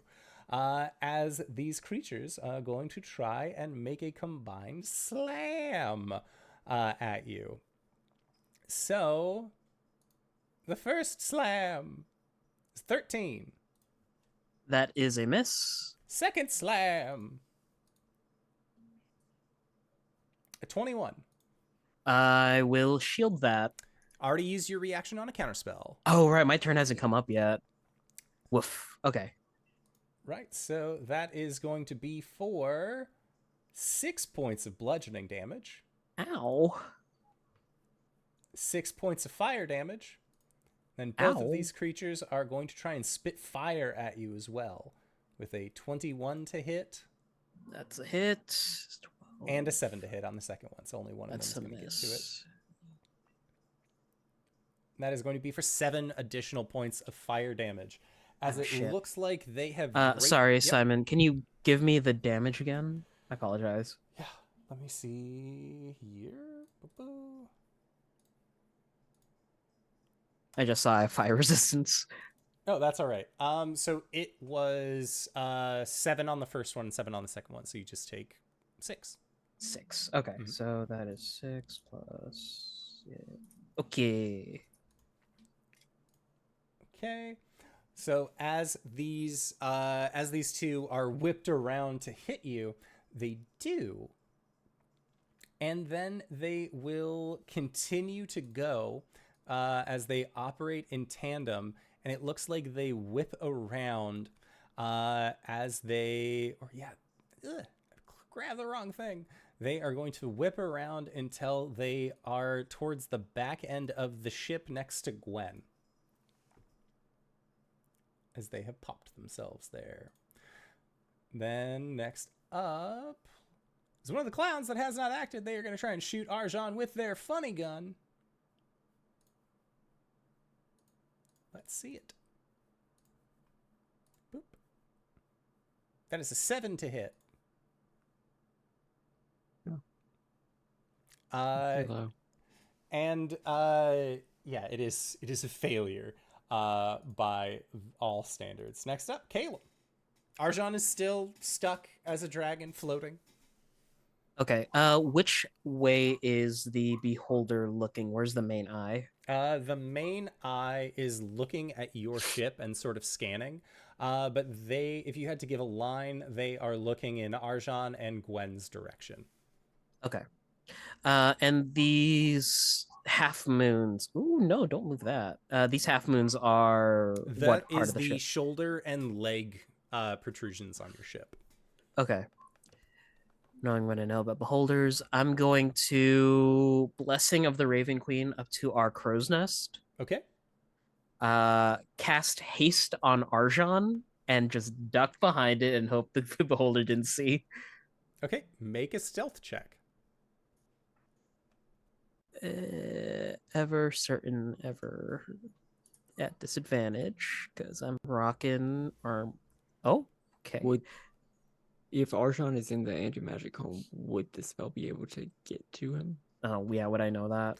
It does not appear that the anti-magic cone is on. Oh, he hasn't turned it on yet. Because then yeah, okay. Because if he did that, then their fucking life bubble would go away. It's a bad time. It's a bad time. Cool. What did I roll? -2, 13. Okay. 13. They got a natural 20. So not only have they clocked you in the crow's nest doing some shit, but they also know who you have targeted with this spell. They don't know what spell it is, but you just did something to the guy that they currently have like in their telekinetic grip. And they are rightfully a little nervous. So Arjhan is hasted and slowed. Which should cancel out. You've never mixed uppers and downers, have you? Oh no. I thought there was a ruling about this. No. Unfortunately not. Or I guess, yeah, if haste, if your speed is, because your speed's what, doubled? Yeah. Speed is doubled, AC +2. You know, I'll say that Arjhan, roll a D100 for me. Oh boy. I apologize. I didn't know this was what was going to happen. I didn't either. Don't apologize. 92. 92. It goes off without a hitch. No adverse effects. The plan has worked. The speed cancels out the slow. Cool. This is great. Like, it's basically movie logic when a character is super drunk and they're like, I just need a cup of coffee. That'll sober me up. Like, it's along that. Like, you were feeling super sluggish, but now you have, like, the energy to just exist normally. Good luck. That was my action and bonus, so. However, you are still restrained. Mm-hmm. But let's see. I can't here. fix that. I'm sorry. So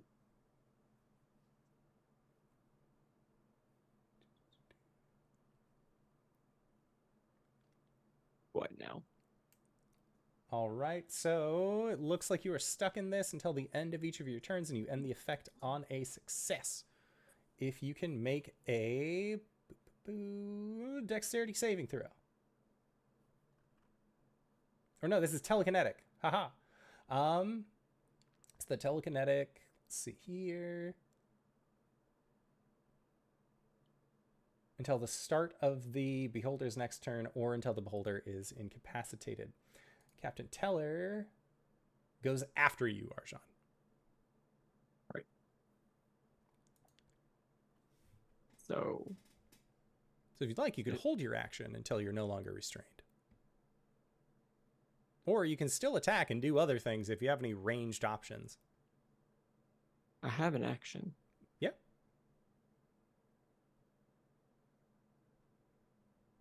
I'm going to use a whole bunch of hit die.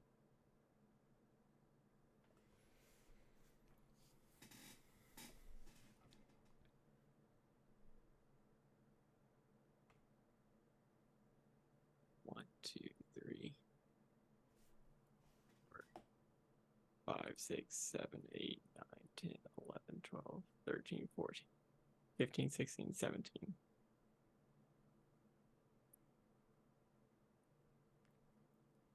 What?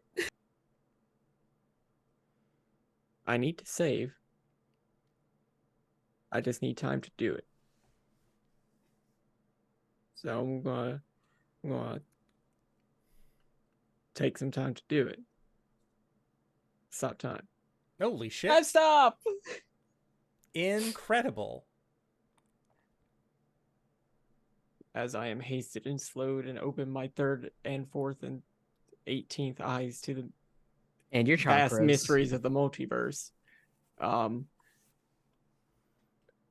gonna take some turns. that first turn was that. So I need to save from the Yes. telekinesis and the slow, right? Mm-hmm. That is So- correct. So what are those? So, which one do you want to do first? Telekinesis or the slow? Telekinesis. Okay, that is going to be a strength saving throw.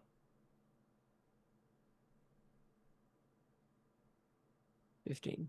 15 does not meet. Legendary resistance.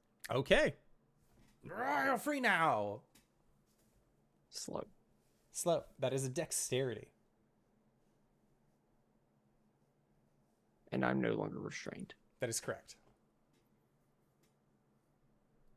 Okay. 15. 15 does not meet. However, you are no longer restrained. Legendary resistance. Okay. You are free of both effects.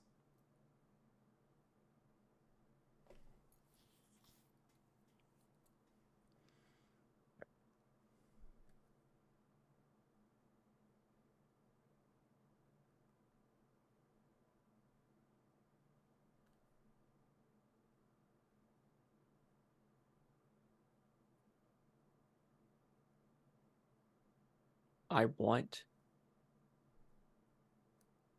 to dive under their ship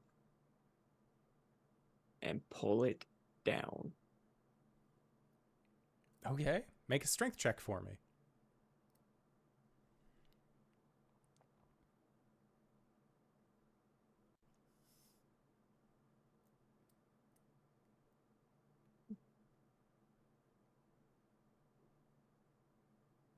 Eight.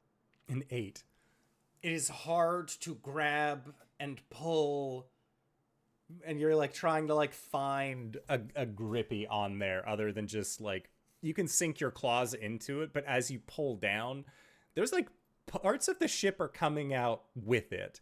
But as you do pull, you do see that there are actually a few things that fall out of the ship, which is always going to be a good time. So you can grab at those things if you'd like. But there are what look to be like 4 different potion bottles that all come out as you sink your claws into this. Gimme. Yeah, I don't have anything clever to do with all the actions that I have. So instead, I am just going to dive up through the ship, and then I hope that my acid breath comes back. It does not. Then I'm gonna start multi-attacking the beholder. Okay. Attack. Did you roll for the turn that you were frozen and had to make all the Yes. saves? Okay, cool. Yes, I rolled a 4 and a 1.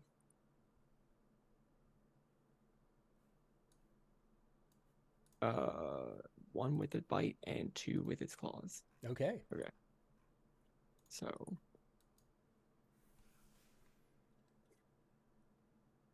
I'm rolling great. 18 to hit with a bite. That'll hit.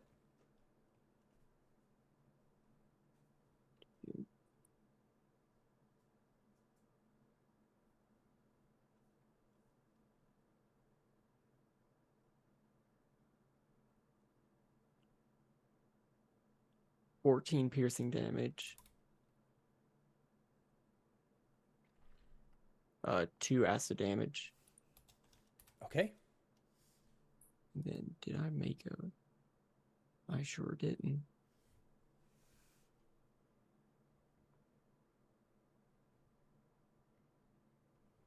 Hella to hit with a claw. 14 plus 11. Okay.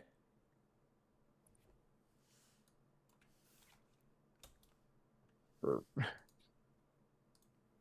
So this 4. is you coming back from the time stop, right? Because Yes. when you start Yes. attacking, okay.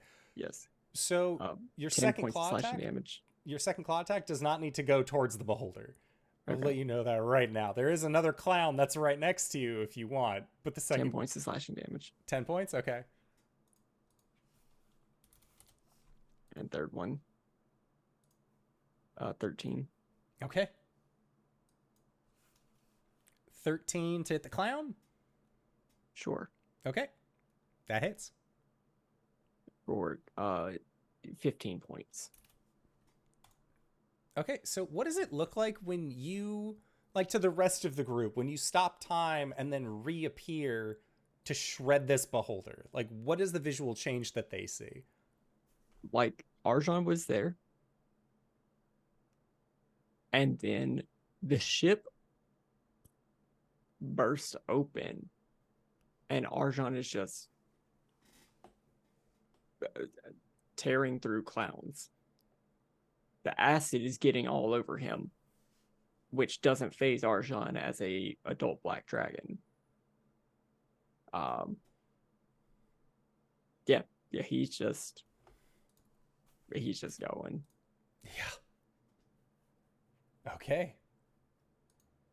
Sounds good. Next up would be the captain. He is no longer an issue. You see that one of the clowns sees the dragon has exploded his captain and his ship because he blinked. And he is just going to jump.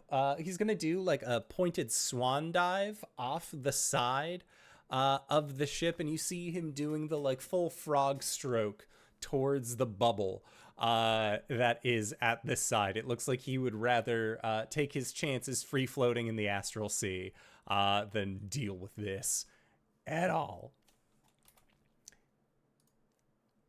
Next up, Gwen. Okie dokie. So we got 1, 2, 3, 4, 5, 6 clowns. How many are within 30 feet of me? Well, you have 2 of these floating skulls that are attached via chains next to you. And then there is the biggin as well as one of the other clowns. Okay.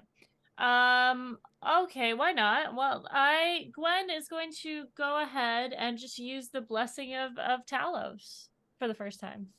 Okay, you want to do that on your ship. It doesn't say it destroys stuff, just the creatures. Okay.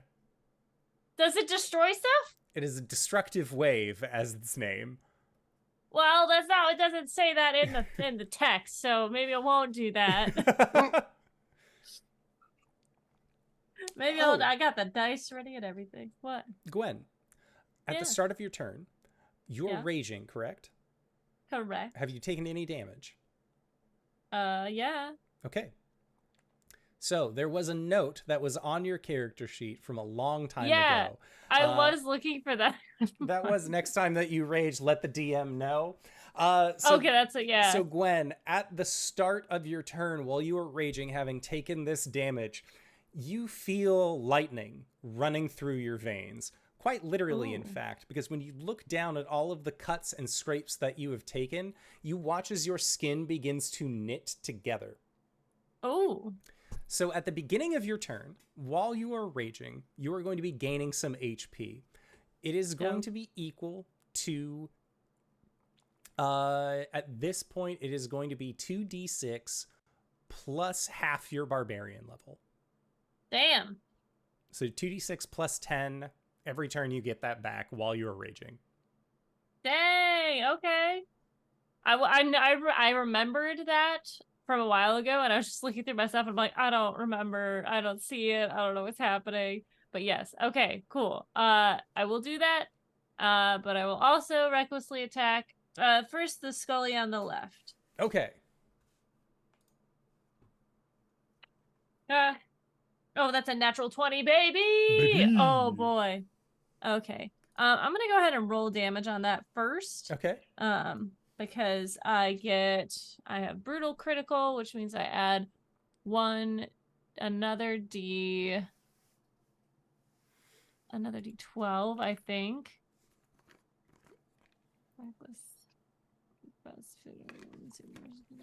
Rage, hold. Where's brutal critical? Mage Slayer, Spirit Shield, cruelty points. I don't. Where the hell is it? Sorry. Hold. That's okay. Feral Instinct. Brutal. Okay, there. You roll 3 additional weapon damage dice when determining extra. So I need more dice. More. You also like to spend cruelty on this. I could for sure. I don't think I'll need it, honestly. I want to know what the fuck Okay. cruelty is. Oh, it's you don't know. We'll save it for Nights in the Courtyard. Yeah. Yeah. Okay. That is all the. All right. So I'll just roll one more. Okay. So this is just the damage dice. Oh boy. 15, 21, 28, 20. Oh shit. 30. 47 slashing damage. Oh my god. And D6, so I guess 2 fire damage, doubled. And then I'll use another cruelty, so that is doubled. So the fire damage is going to be 10, 22 Okay. fire damage. So as the axe sinks in, it doesn't look like the fire damage actually does anything to this flaming skull that is chained to another flaming skull, but it does take the full brunt of all of that slashing damage. Nice. I'm also going to use, let's see.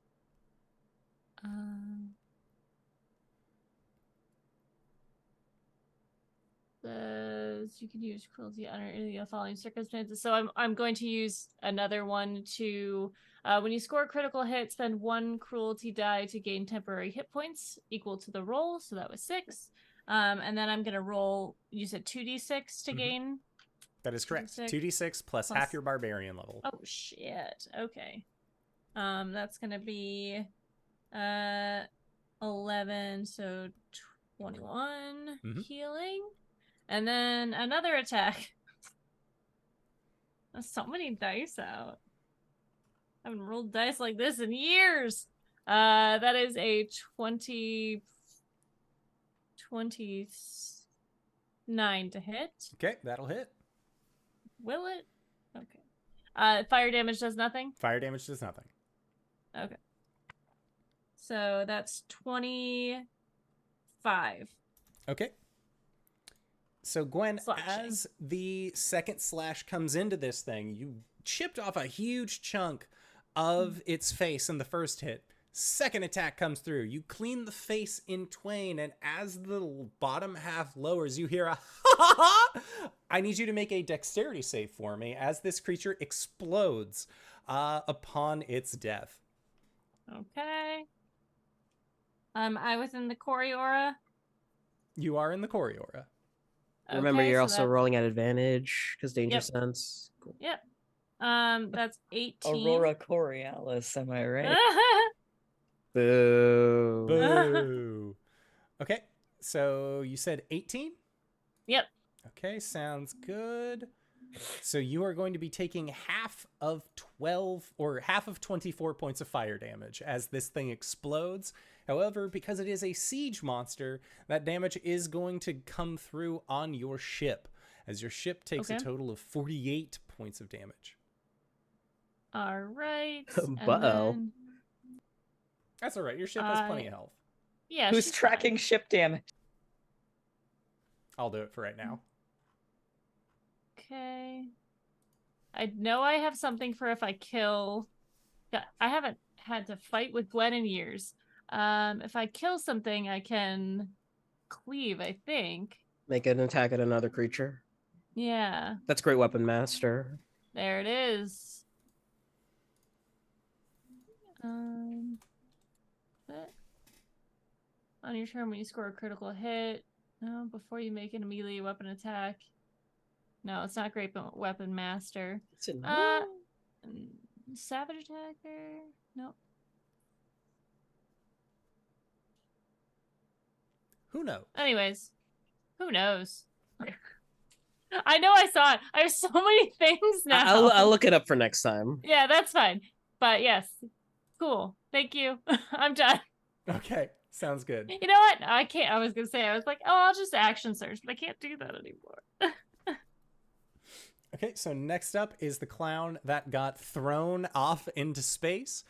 They are going to try and they don't know what's going on. They did see their ship explode though, so I think they are going to try and make an athletics check to see about getting a good bearing to try and keep swimming out. They got an 11, so they semi-leveled themselves and are also trying to swim gradually away. But they are making poor headway while doing it. Next up is the giant that's stuck on deck between two Cories. And they are going to try and make an attack. Let's see how this ends up working. Summer Cori or Cori Prime? They are going to attack Summer Cori. Or actually... yeah, they'll try and attack Cori. Summer Cori. With a 22 to hit. That definitely hits. Okay. Sounds good. I'm going to use my reaction to Spirit Shield. Oh, shit. Okay. So you can roll damage. I'll just tell you how much. 19. Okay, I rolled 8, 13, 16. So you only take 3. As Gwen goes, Grayskull! I mean, Salvar! Yo, Grayskull just, huh? What? Sorry. What kind of damage is this? This is bludgeoning damage, so I'm pretty sure you shrug all I of take that off. 0 damage, baby. Heavy armor master. Woo! Incredible. So that was the giant's turn. Next up, the Cories. All right. Let's do it. Now, as one, how hurt does he look? Oh, he looks pretty fucked up. You Okay, also cool, realize cool. that, like, on your ship, there is one clown by himself who is suddenly realizing that he is in a very funny, particular setting.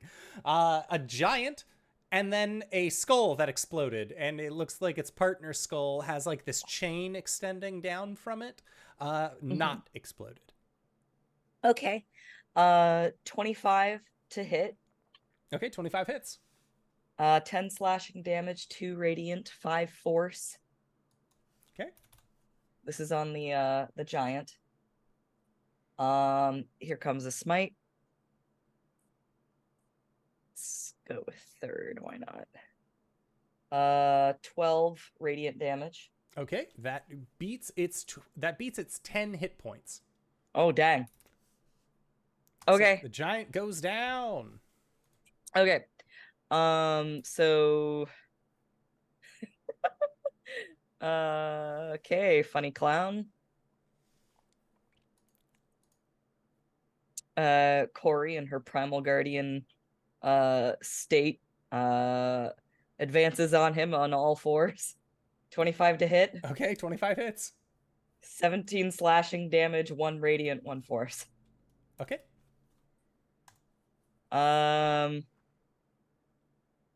Arjhan is not within 30 feet, yes? Arjhan, no. He is on the other ship. All right, just checking. You know what? Summer Cori gets the temporary hit points. Okie dokie. Yes, indeed. Let me just put 10 temporary hit points onto Summer Cori. Yes, good. Excellent. Is this guy still okay?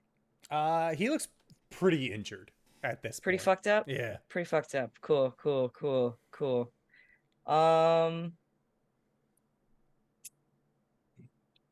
This is just a regular clown, right? Yes. How about a little fire scarecrow? Summer Cori drops a create bonfire on top of him. Okay.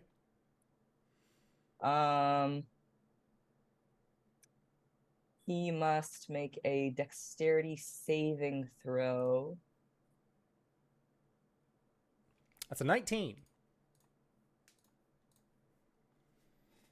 He does not make it. He needed a 20. Okay. So he's going to take 4d8 fire damage. That's 17. Okay. So the bonfire starts from under him, and you start hearing him, "Ah! Ah!" and he's like trying to stomp it out, but as he is, his large shoes are squeaking until they stop squeaking, as it seems that working himself into a huff with all of this smoke coming up was more than enough to have this clown's last laugh occur in a ball of fire. However, he does still explode in a release of he pops like a balloon. So whichever Cori is there, I need to make a dexterity save for me. Oh shit, that should have been 5d8. That's fine. Dexterity save, you say? Yes. Well, I think I can oblige. 10. A 10. All right, so you are going to be taking 12 points of poison or of acid damage as this clown's exploded ichor sizzles upon you. You said 12? Yes. Okay. Who's having the last laugh now? And then Summer Cori immediately dismisses that bonfire because we don't want our ship burning. No, we don't. Helpful that your ship is also made of metal, but yes. Don't want that. Don't want to scuff it. Is the clown that is next to Arjhan. It has witnessed what Arjhan has done and says, I need to get out of here. And he is going to disengage and also jump ship.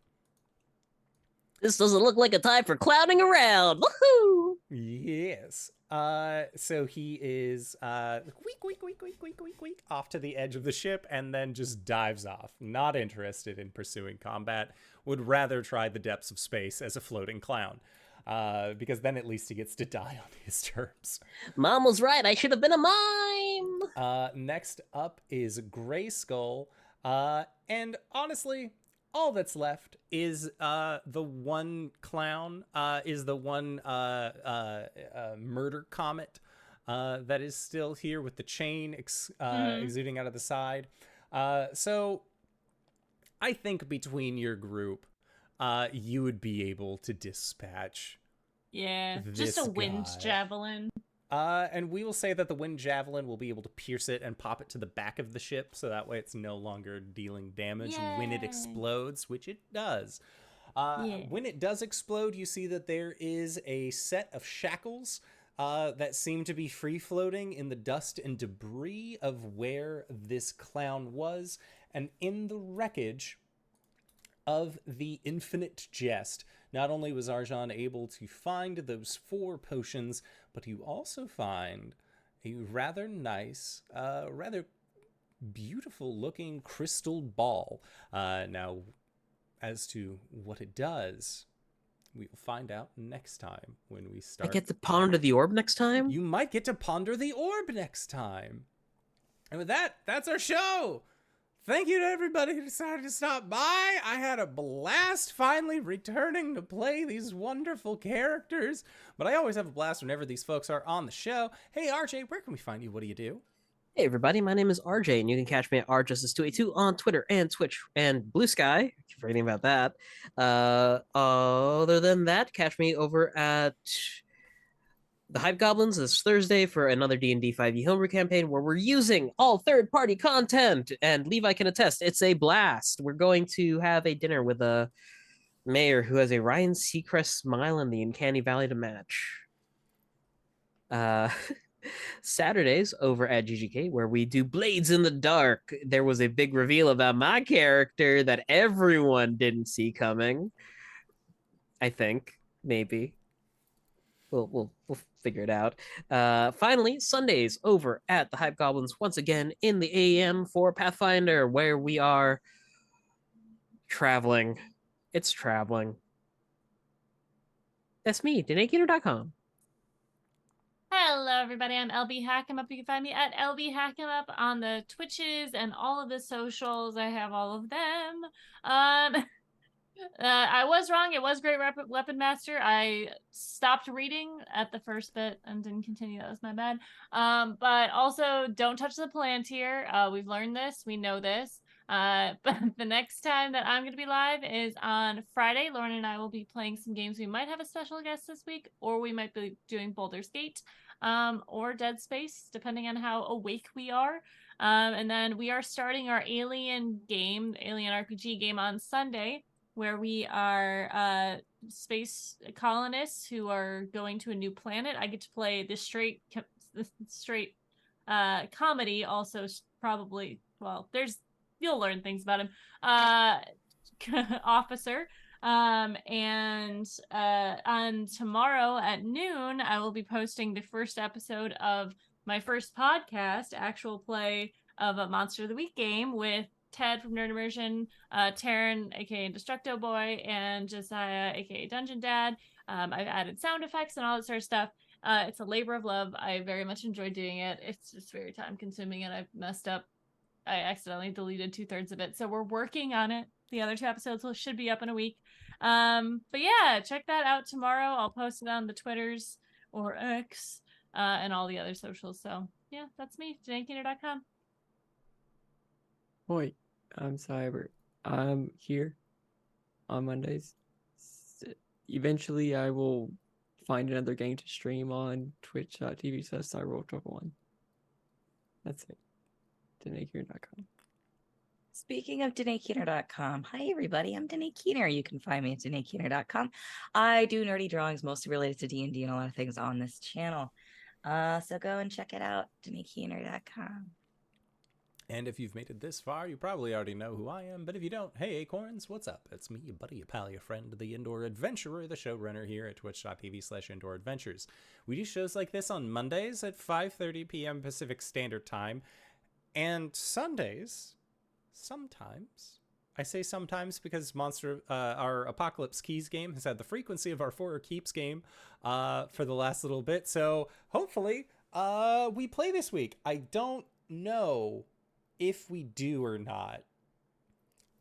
Join me on Blue Sky and all of his other wonderful places, and you will find the schedule. Or you can join us on Discord. Hey, the links are in the Twitch chat to the side. The schedule is always updated on the Discord because I'll usually send you a message first thing in the morning if you're on the server. Not you personally, but I will post to the server that I am awake. So with that being said, we are going to be going into our Patreon-supported after show called Nights in the Courtyard, where we answer questions not only from the community, but also from each other. So if you have any questions to ask myself or any of these other fine folk, feel free to join us again at patreon.com/indooradventures. And we're going to be heading out. So with that, I'd like to say once again, thank you to everybody who decided to stop on by. Thank you to these players for putting up with my bullshit once again this week. And we'll see all of you guys next time. All right, everybody. Bye-bye.